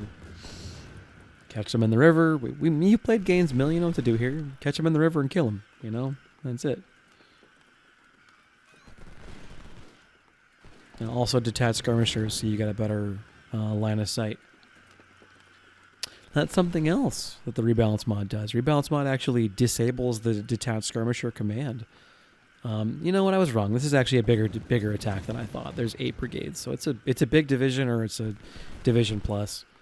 But none of them get over the river because, I mean, they can't, basically.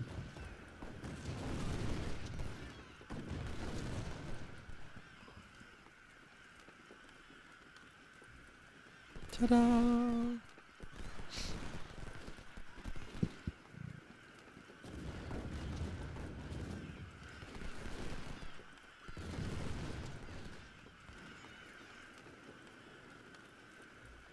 Yeah, there's not much to this. Just fish in a barrel.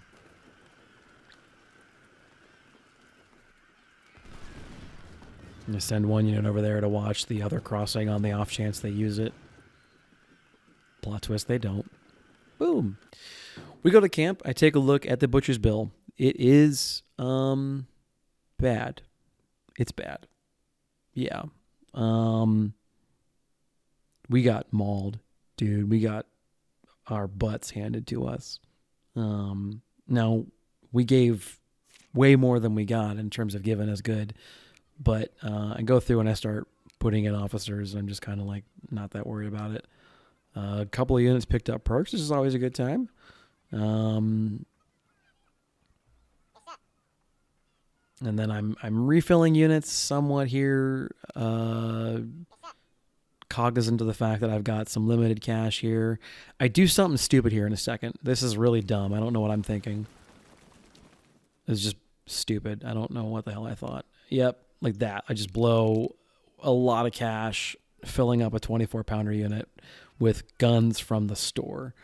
And I didn't realize that they were not like from my armory, but they were buying them. Like it's crazy pants.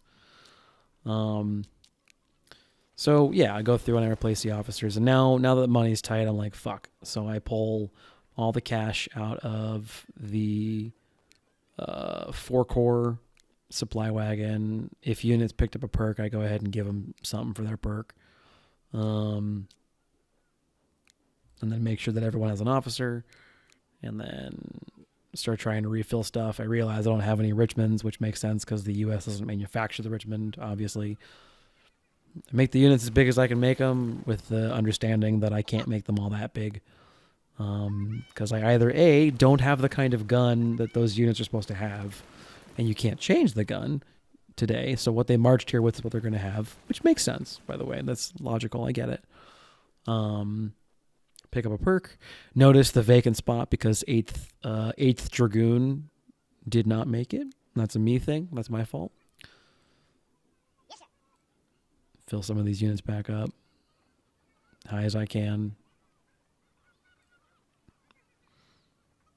without losing the perk. Eventually, I'm just kind of like, screw it. They're going to lose the perk. Who cares? I need numbers. You know, I get to that point where I'm like, hey, I have the guns. I just need numbers. Yeah. So we do this for a while. Boom. There's 35 grand. Gets me some guns. And now what I do is I essentially kind of try and like spread them out. Spread out the returns and push units back up to 1,000. I figure 1,000's a good round number, and then use up every Harper's Ferry I've got access to and all that kind of stuff. I absolutely should not have bought those 24 pounders. I don't know what the hell I was thinking. That was ridiculous, but the answer is probably I wasn't thinking, or I didn't think it through alternatively. So, hey, whatever. We live and we learn. It ends up not really being a big deal. The supplies, you're tasked with capturing a bunch of these forts in the next day, and all of them have supplies in them. So if you don't have supplies yourself, ain't no thing. So, yeah. I decided to click through really quick and make sure that everybody who got a perk, I assign a perk. I think we only catch that one, but I just wanted to make sure really quick. So I do that. But yeah, and look at the army size is crazy. Like, these units are all over the place. Which, very much an army on campaign, right? Like, it's very much, 2 of them, okay. This is very much an army, on the trail. Beaten up, wounded units, that kind of thing, understrength stuff. I like it like that. This is probably accurate. 78,000 versus 24,000. This is probably accurate. Okay. They walk us through kind of the scenario. Hey, you did the thing. You captured those trenches. And you also got this fort down here. Look at you badass. So this is actually a really great flyover of the map. This gives you an indication of kind of what to expect today. You have, I guess, 4 forts that you're trying to take. 1 you're trying to hold, and then there's the city proper itself as well. And the shtick, the battle plan, the game suggests, which doesn't bear any resemblance to reality, is you attack in the north, and then defenders from further south will like move to counter your attack, and then you'll like send in your troops on their flank and like sweep them aside. And the thing is that the AI doesn't do any of that. So, okay. I check and see if my units are tired. Super cool. Only like 1 brigade is tired, so that works out really well.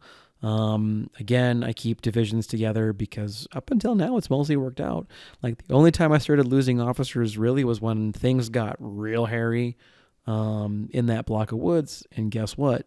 When they got real hairy, I stopped keeping my divisions together.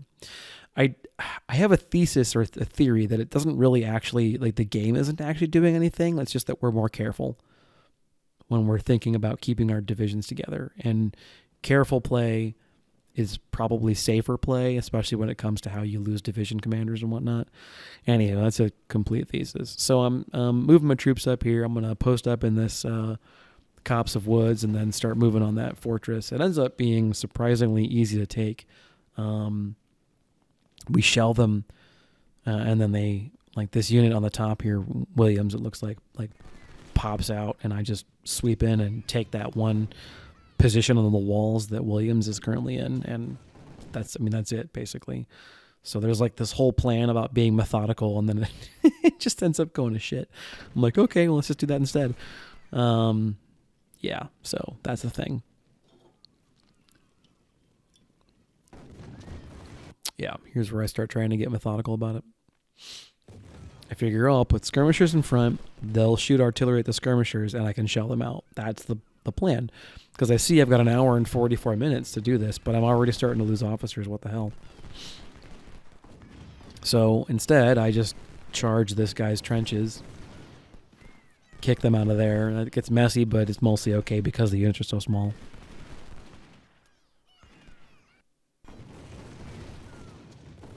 And then there's that opening. There's the opening.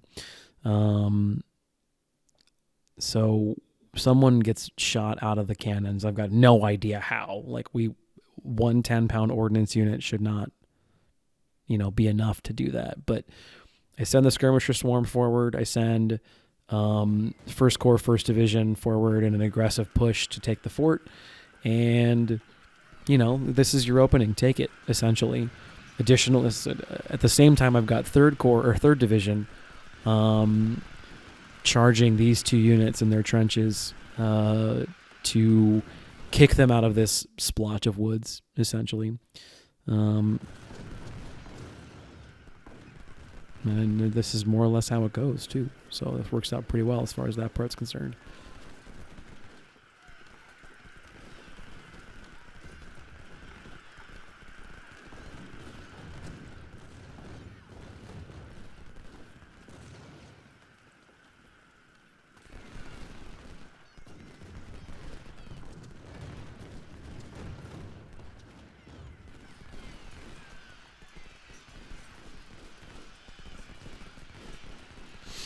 And boom, we're in the trenches, and the fort's ours. Colonel Todd McCord is wounded.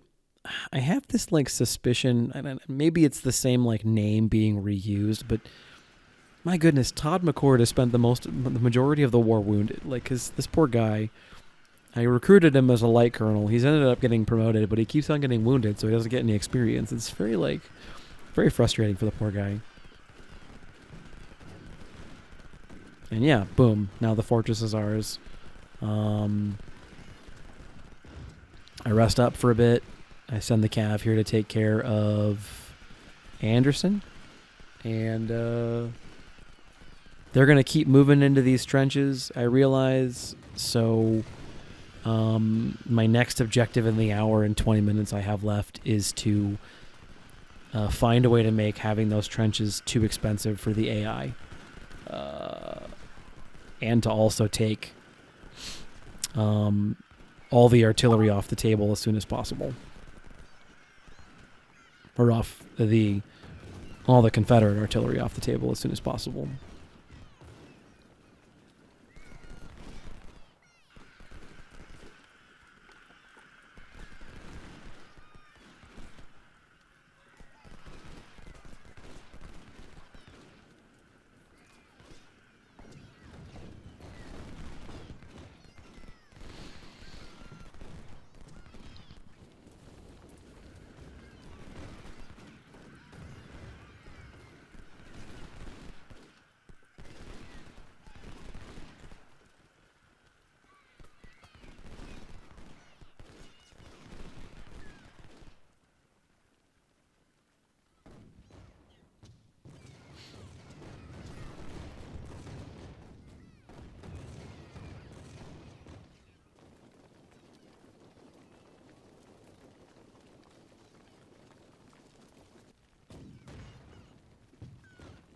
Here I am again, trying to get my division together.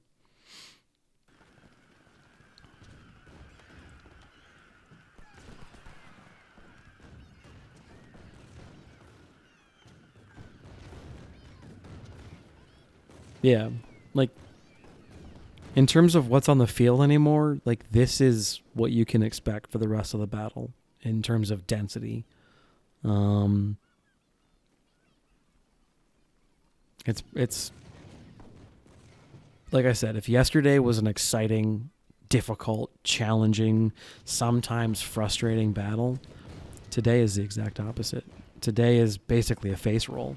You know, I don't know. It's just a thing. It's each of these individual engagements is the forts are well manned, but the defenses near the forts are not. And it ultimately means that it's easy to surround and then take out the forts. Bingo. That's all there is to it. You know, like I don't know. There's not much to it.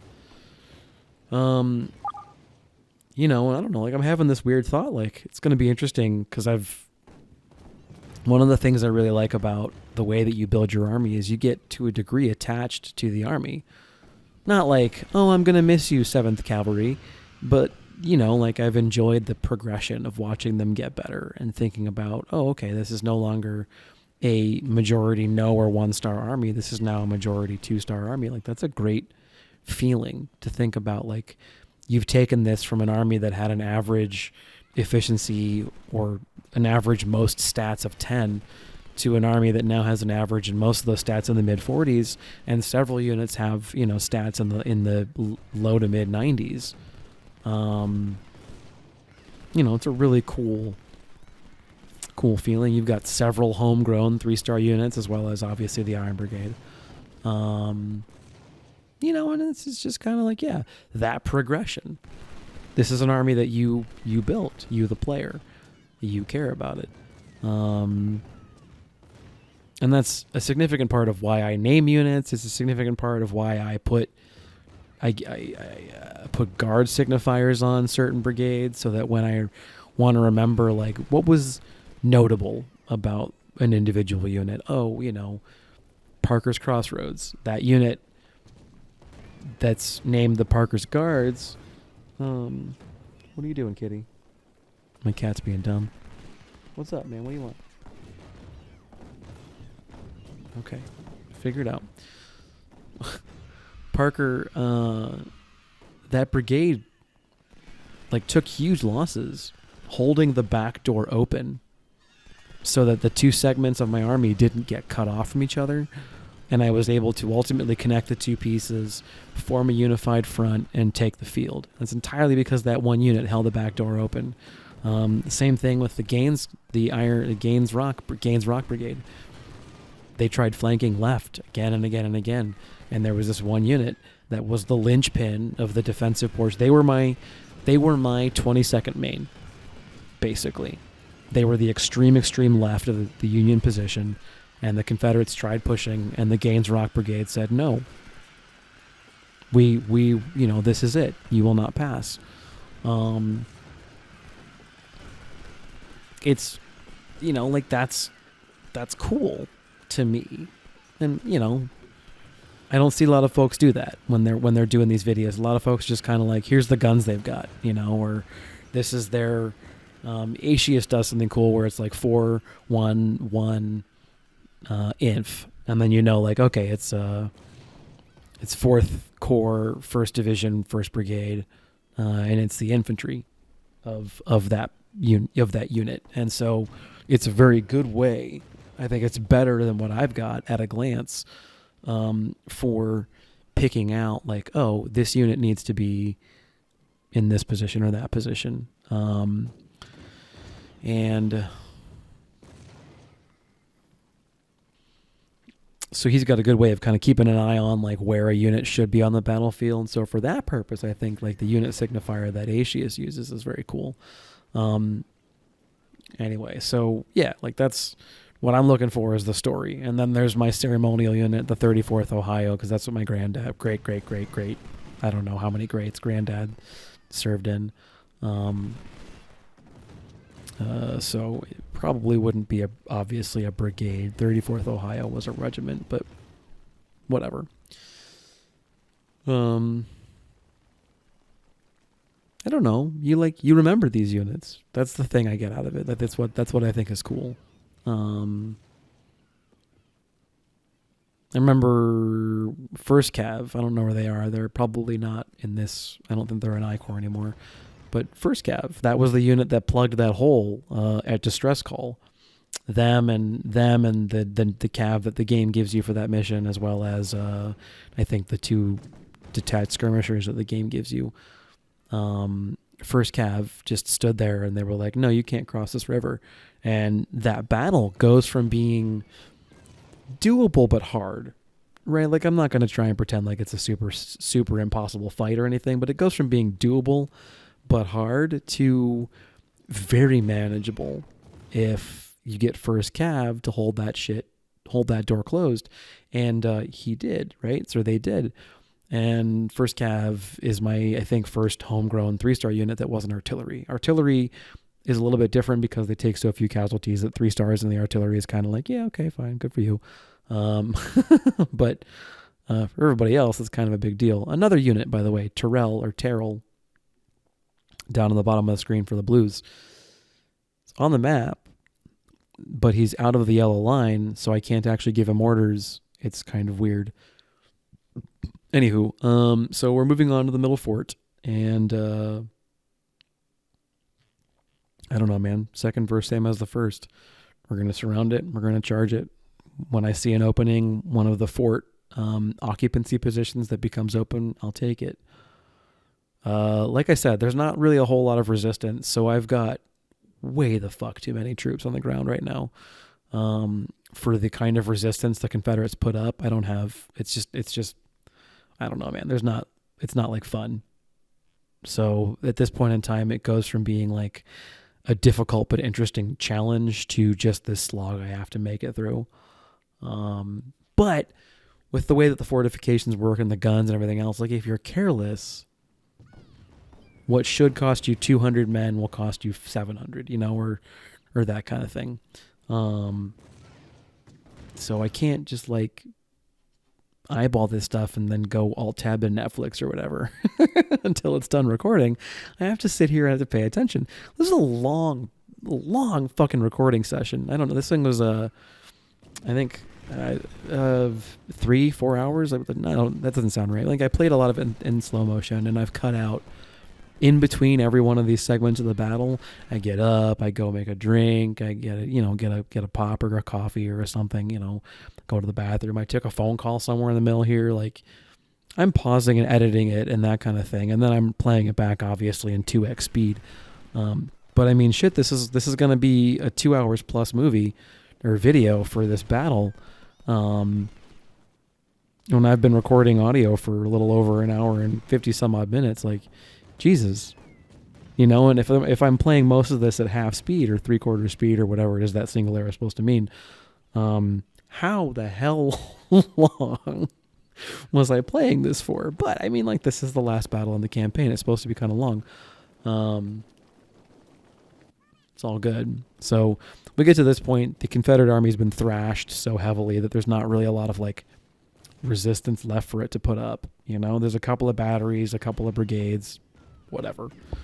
I would really be interested to see what this battle's like when all the defenders that are here or haven't been mauled in the previous day's fighting. Like, if they got a reserve corps all of a sudden that showed up or something, or another or two. And you can make them low quality. Like if you're a game designer or if you have the ability to edit as a mission, you can make them like, say, the Virginia militia that's not been seconded to the Army of Northern Virginia also comes out to defend the city, and you can go all out. You can make them 1 stars and give them, farmers, and just go like they're terrible and they're invalids and they can't move very fast and they've got garbage stats and they're led by a major, but there's 3,000 of them. Like just go wild. I think it'd be interesting to see kind of what this battle would be like if it was properly manned.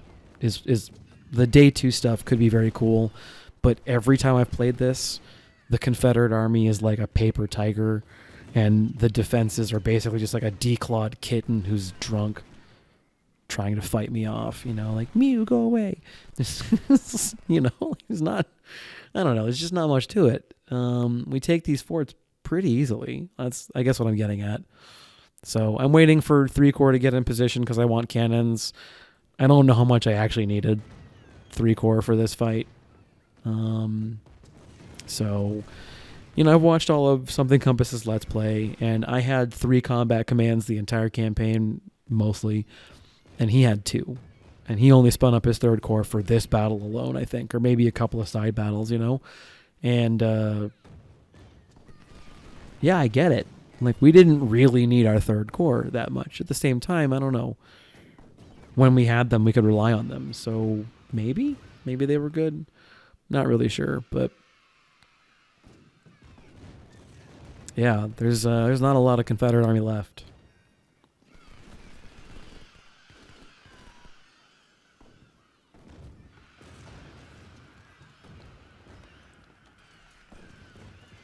Not much.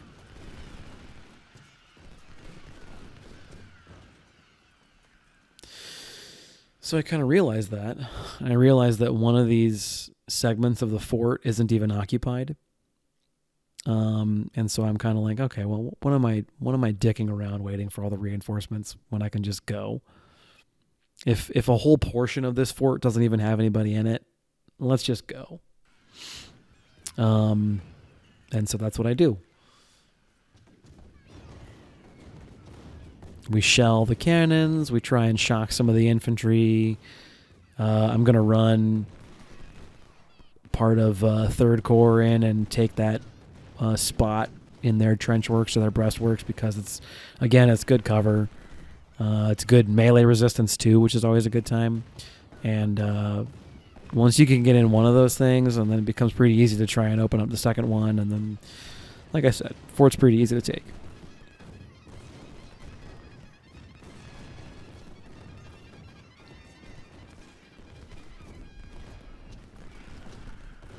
All that's left is the star on the bottom now.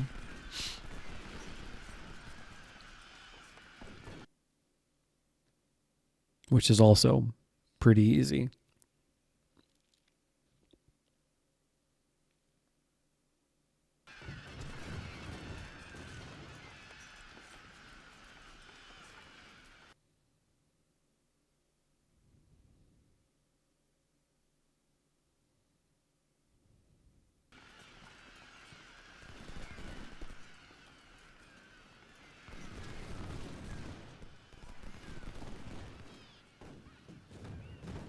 Yeah. So we're just cleaning things up, trying to make sure that we keep our divisions together. I pull all the cav off to the left of the screen. It's also it's the Union right because we're coming to the south. That's one of the nice things. And I joke about this. I think I've already done so in one of the videos, but I joke about this that when you play as the Confederates, you can actually just look at the screen and be like, yeah, right is right, left is left. Because so much of the Union videos, and presumably, right, so many of the Union videos, the army is facing south, which just makes sense, obviously, that the Union right is screen left, and it's confusing and all that kind of shit. You get used to it after long enough on the campaign trail and that kind of deal, but it's still kind of like, man, it'll be nice to just, when I say left, I mean left. Yeah. I guess if I wanted to be all nautical about it, I could be like, Union Port, but then that would be weird because it's not a Navy game. Yet. The next one, Navy game. I'll say port and starboard all the time.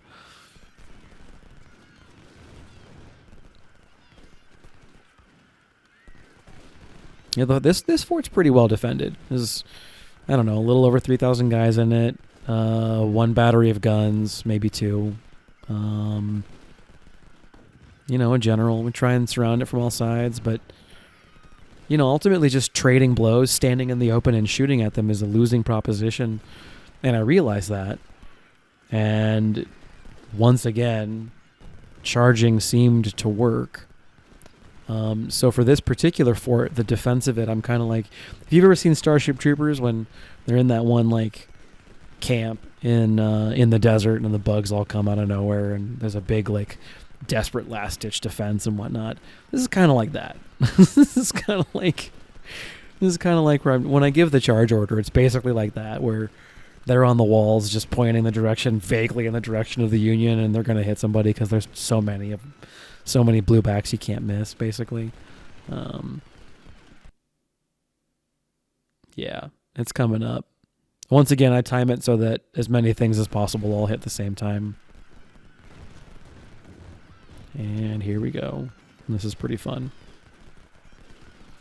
And like half the attack is these brand new units, you know, totally green. They didn't even name them, you know, so for half of them, there's not even like, yeah, I don't know. It's messy for a moment. I take some casualties, but like not that many actually. Unfortunately, their units are able to squirt out the bottom, which is frustrating. But we take it relatively easily.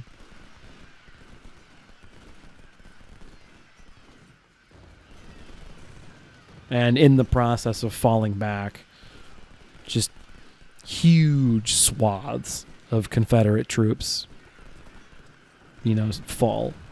Don't make it.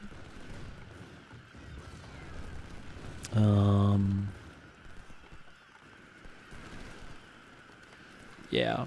And there's, you know, just a follow-on wave of the rookies, because rookies, man, you know, it's quantities, got a quality all its own at that point.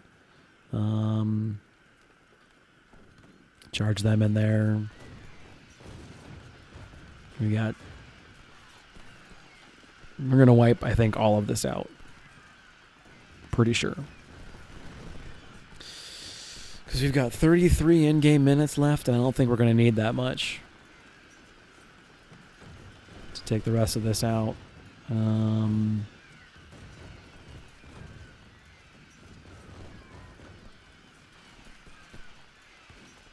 Yeah.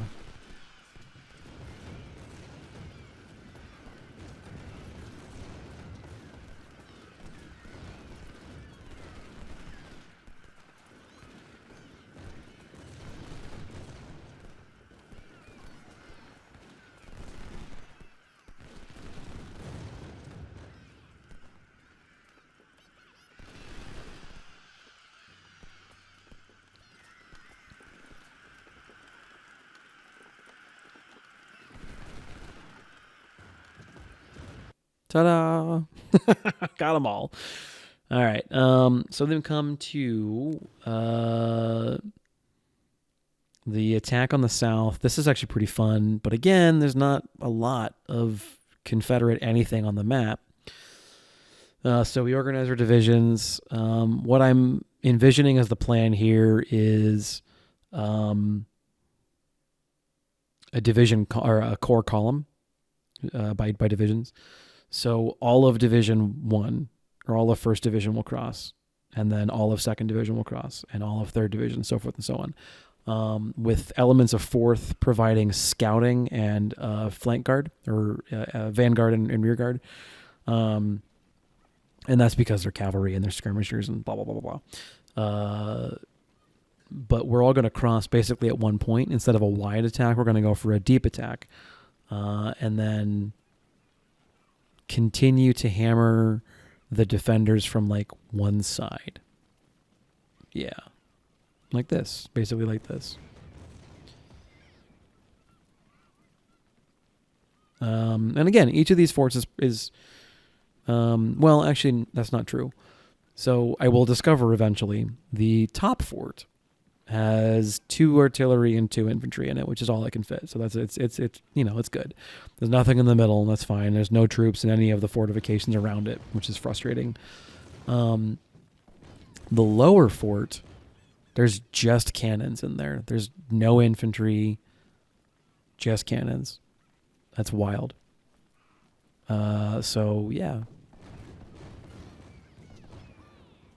But we're getting torn to shreds by artillery, so I send off some detached skirmishers. That's a casualty I can afford a little bit more of than 3-star frickin' skirmishers with, I think, sharps. Now, I say that, but again, it doesn't really matter.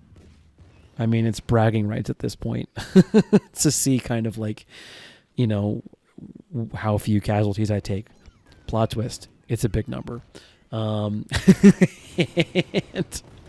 it's a big number. So yeah. And we get our dudes in position. We start shelling the fort, take it, and then we take the one below it. I don't try and take Richmond in this iteration of the map because I'm thinking like, oh, I want to wait till the map blows up and I can use all my troops. But again, I'm seeing so few Confederate soldiers that I'm kind of like, meh. Maybe you could have just taken the flag and called it a day. You know, could have been done. But it is what it is. So, in terms of, you can watch the rest of the battle, and there's not really a plan anymore. Now it's just kind of deal with the threat in front of me and take the flags. Bingo, bango, whatever. Let's do a postmortem on the Union campaign. I talked about this a little bit at Georgia Railroad, so this will be kind of a refresher. We're going over the same topic, but Union infantry is numerically inferior to the Confederate. And yet, it's absolutely up to the challenge of this war. However, you have to utilize, and don't think that a lot of this stuff doesn't apply for the Confederate Army too. It just, like, you have to do it. You can rely a little bit more on heroism. You can rely a little bit more on heroism from Johnny Reb than you can from Billy Yank. But it needs to be a combined arms effort. So yes, the Union Army is up to the task of fighting this war, but you need to support it. It needs to work together. It needs to work in tandem with artillery and, more importantly, other infantry. Generally speaking, Union infantry should never be alone.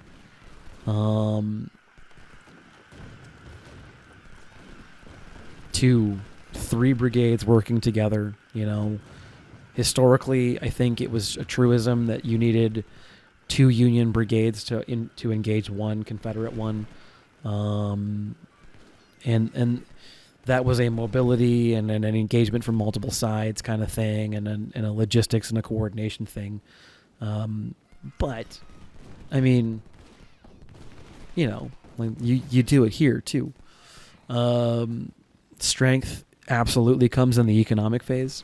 So the Union Army is strong on the campaign map. Access to guns, access to the store, things you can buy with rep rewards, easy access to a huge pool of great officers. These are the things that the Union general has access to. And you're just going to have to deal with the fact that your stats aren't as good by leaning on equipment and army size and everything else. The Union, I think, is one of those armies that really benefits from taking more corps, as many corps as it can, to a battle as possible.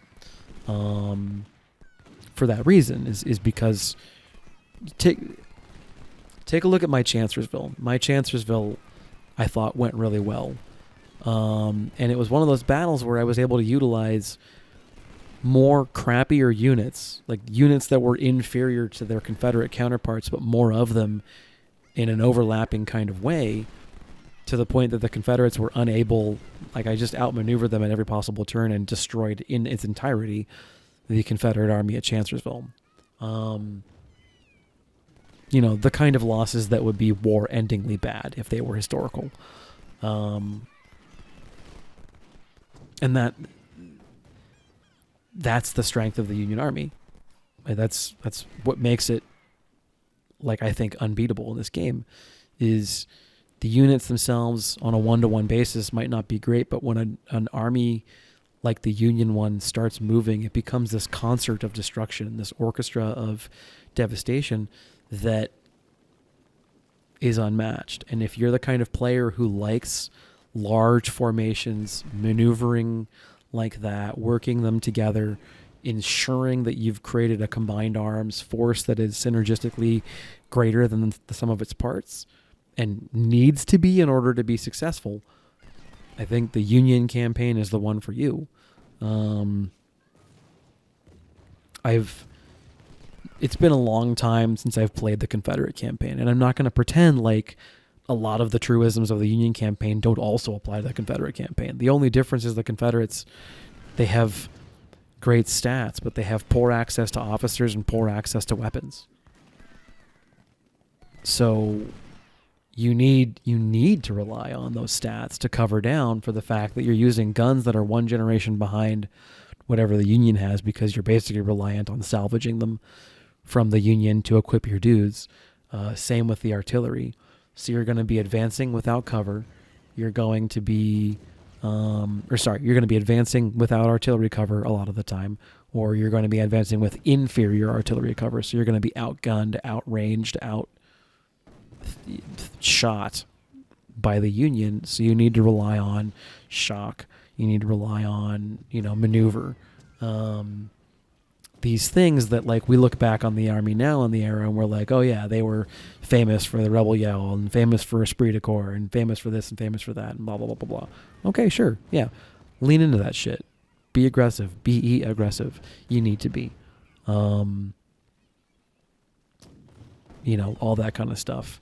I know small army is all the rage, because it really hurts scaling, and it actually works out to your advantage very well, because if their army is very small, it's very easy to keep it elite, and it's very easy to equip it with the absolute best of the best of the best in terms of equipment, because the game continues to give you, Springfield 63s or whatever, at a rate assuming that your brigades are going to be like, 2,000 men. And so they want these to be rare. But if your army is composed entirely of brigades or like 1,200 men or whatever, suddenly the 63 becomes this thing you can just hand out like a, party favor, because you've just got so many of them. It's really cool. It's really cool. And that equipment differential that the Union enjoys, that starts to pay huge dividends when you play small, because now every single one of your soldiers is basically carrying the period equivalent of like a high-end M4. And that's it, right? So yeah, to give you an idea of how bad the Confederate Army's thrashed, they loaded the northern section, and then there was nothing for me to fight. Yeah, okay.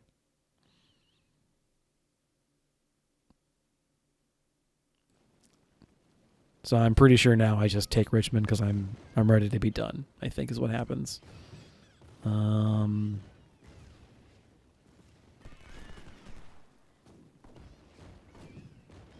Yeah. I just take Richmond. I got the warning that there's cavalry coming to attack, so I beeline 5th Dragoon, the Shiloh Guards, and 20-something infantry down south to take the South Fort. The South Fort. You need to hold Richmond for 20 minutes, and then this segment of the battle will end, and then the game will expand to the entire battlefield and say, like, it's a whole battle. And there's this text that makes me think, like, the developers expect this battle to be a big bloodbath. And it's every time I've played it, the first day is fucking Murderville 2019, and then that's it. Yeah, so here's the great cavalry wave. It's 2 units of cav. I can see one right now of like 200 guys and a small artillery unit. Whoop-de-fuck. But hey, I'm glad that they're not going to be able to sneak into the fort. So there's that. Yeah. So we're going for complete destruction. So I come out. I sally because I need to come out of the fort. We're going for as much of a complete destruction as I can manage. Now or never. Here it is. Yeah. So the day is ending. March for victory. One final charge. All right. Sure. Pretty sure I could just sit where I'm at and the Confederates wouldn't be able to do anything. I get all the rookies online, and I'm going to have them attack the South because I'm like, what does it matter? They're rookies. Losses don't really matter. But then the Virginia militia comes out. Cool. It's like a division of pretty well-equipped dudes, it looks like.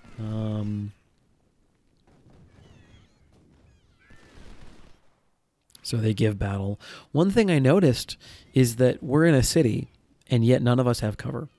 So that's interesting. I don't know if that's because they like programmed this battle in a hurry or something, but like uh urban terrain on this map anywhere, so this farm to the south here or anything, it doesn't seem to count as like urban terrain. Like look at my cover right now. These units are clearly in a city, but as far as the game's concerned, we're out in the middle of nowhere, just twiddling our thumbs.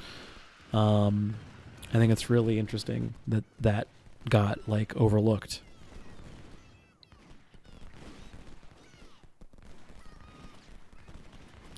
But just in case there's an attack of cavalry to the north, I beeline some more units, the Cold Guards, 36 and somebody else up there.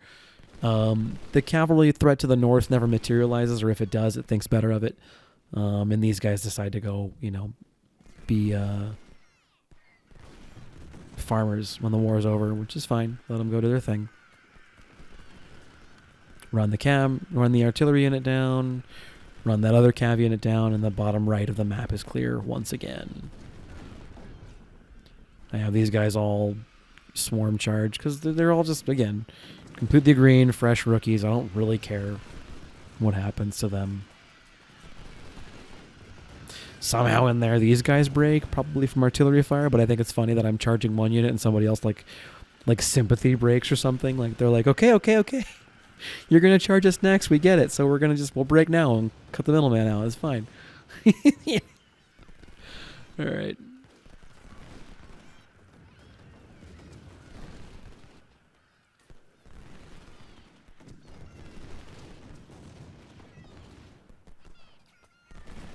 Keep up. Keep fighting the good fight. You see the tick down here, 16 minutes in game to go. So this is pretty much the final countdown, quite literally.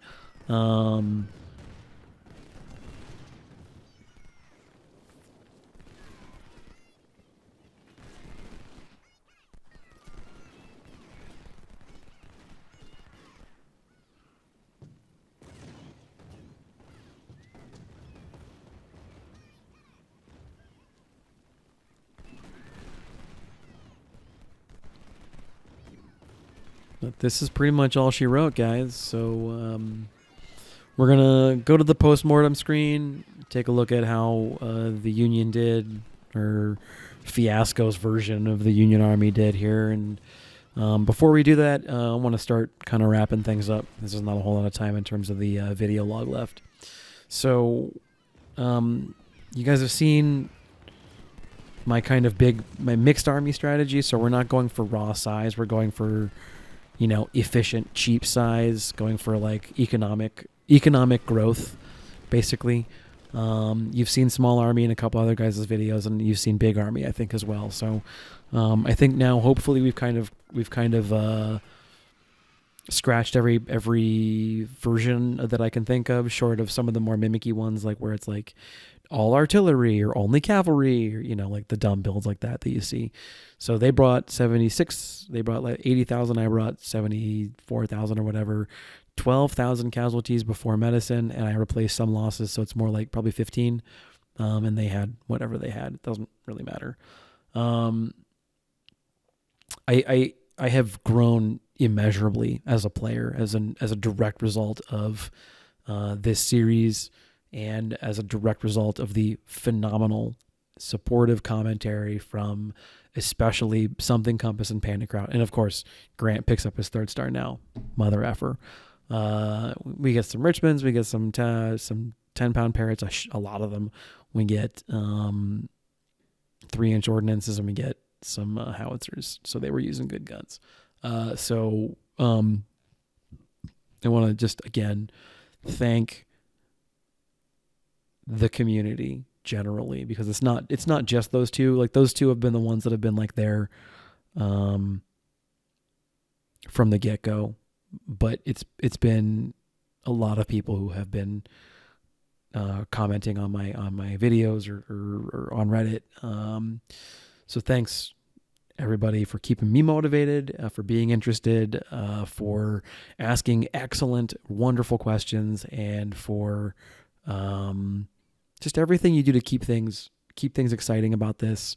I can't wait to jump into the next series. I can't wait to learn the rebalance mod.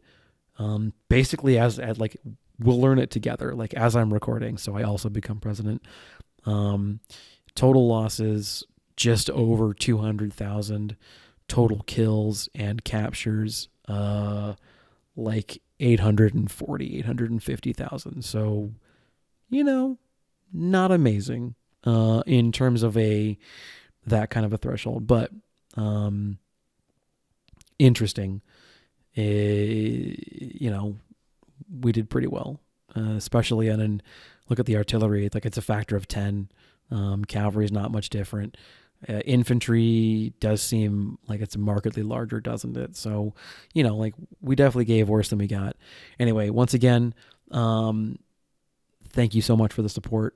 I hope that this has been illustrative. I hope you've learned anything that you need to learn about, playing your own Major General campaign. And please, can't wait to see you guys' videos or your takes on the MG series. But without further ado, and for the last time as a Union General, at least for this time around, thank you a million times over. This is Fiasco, signing out.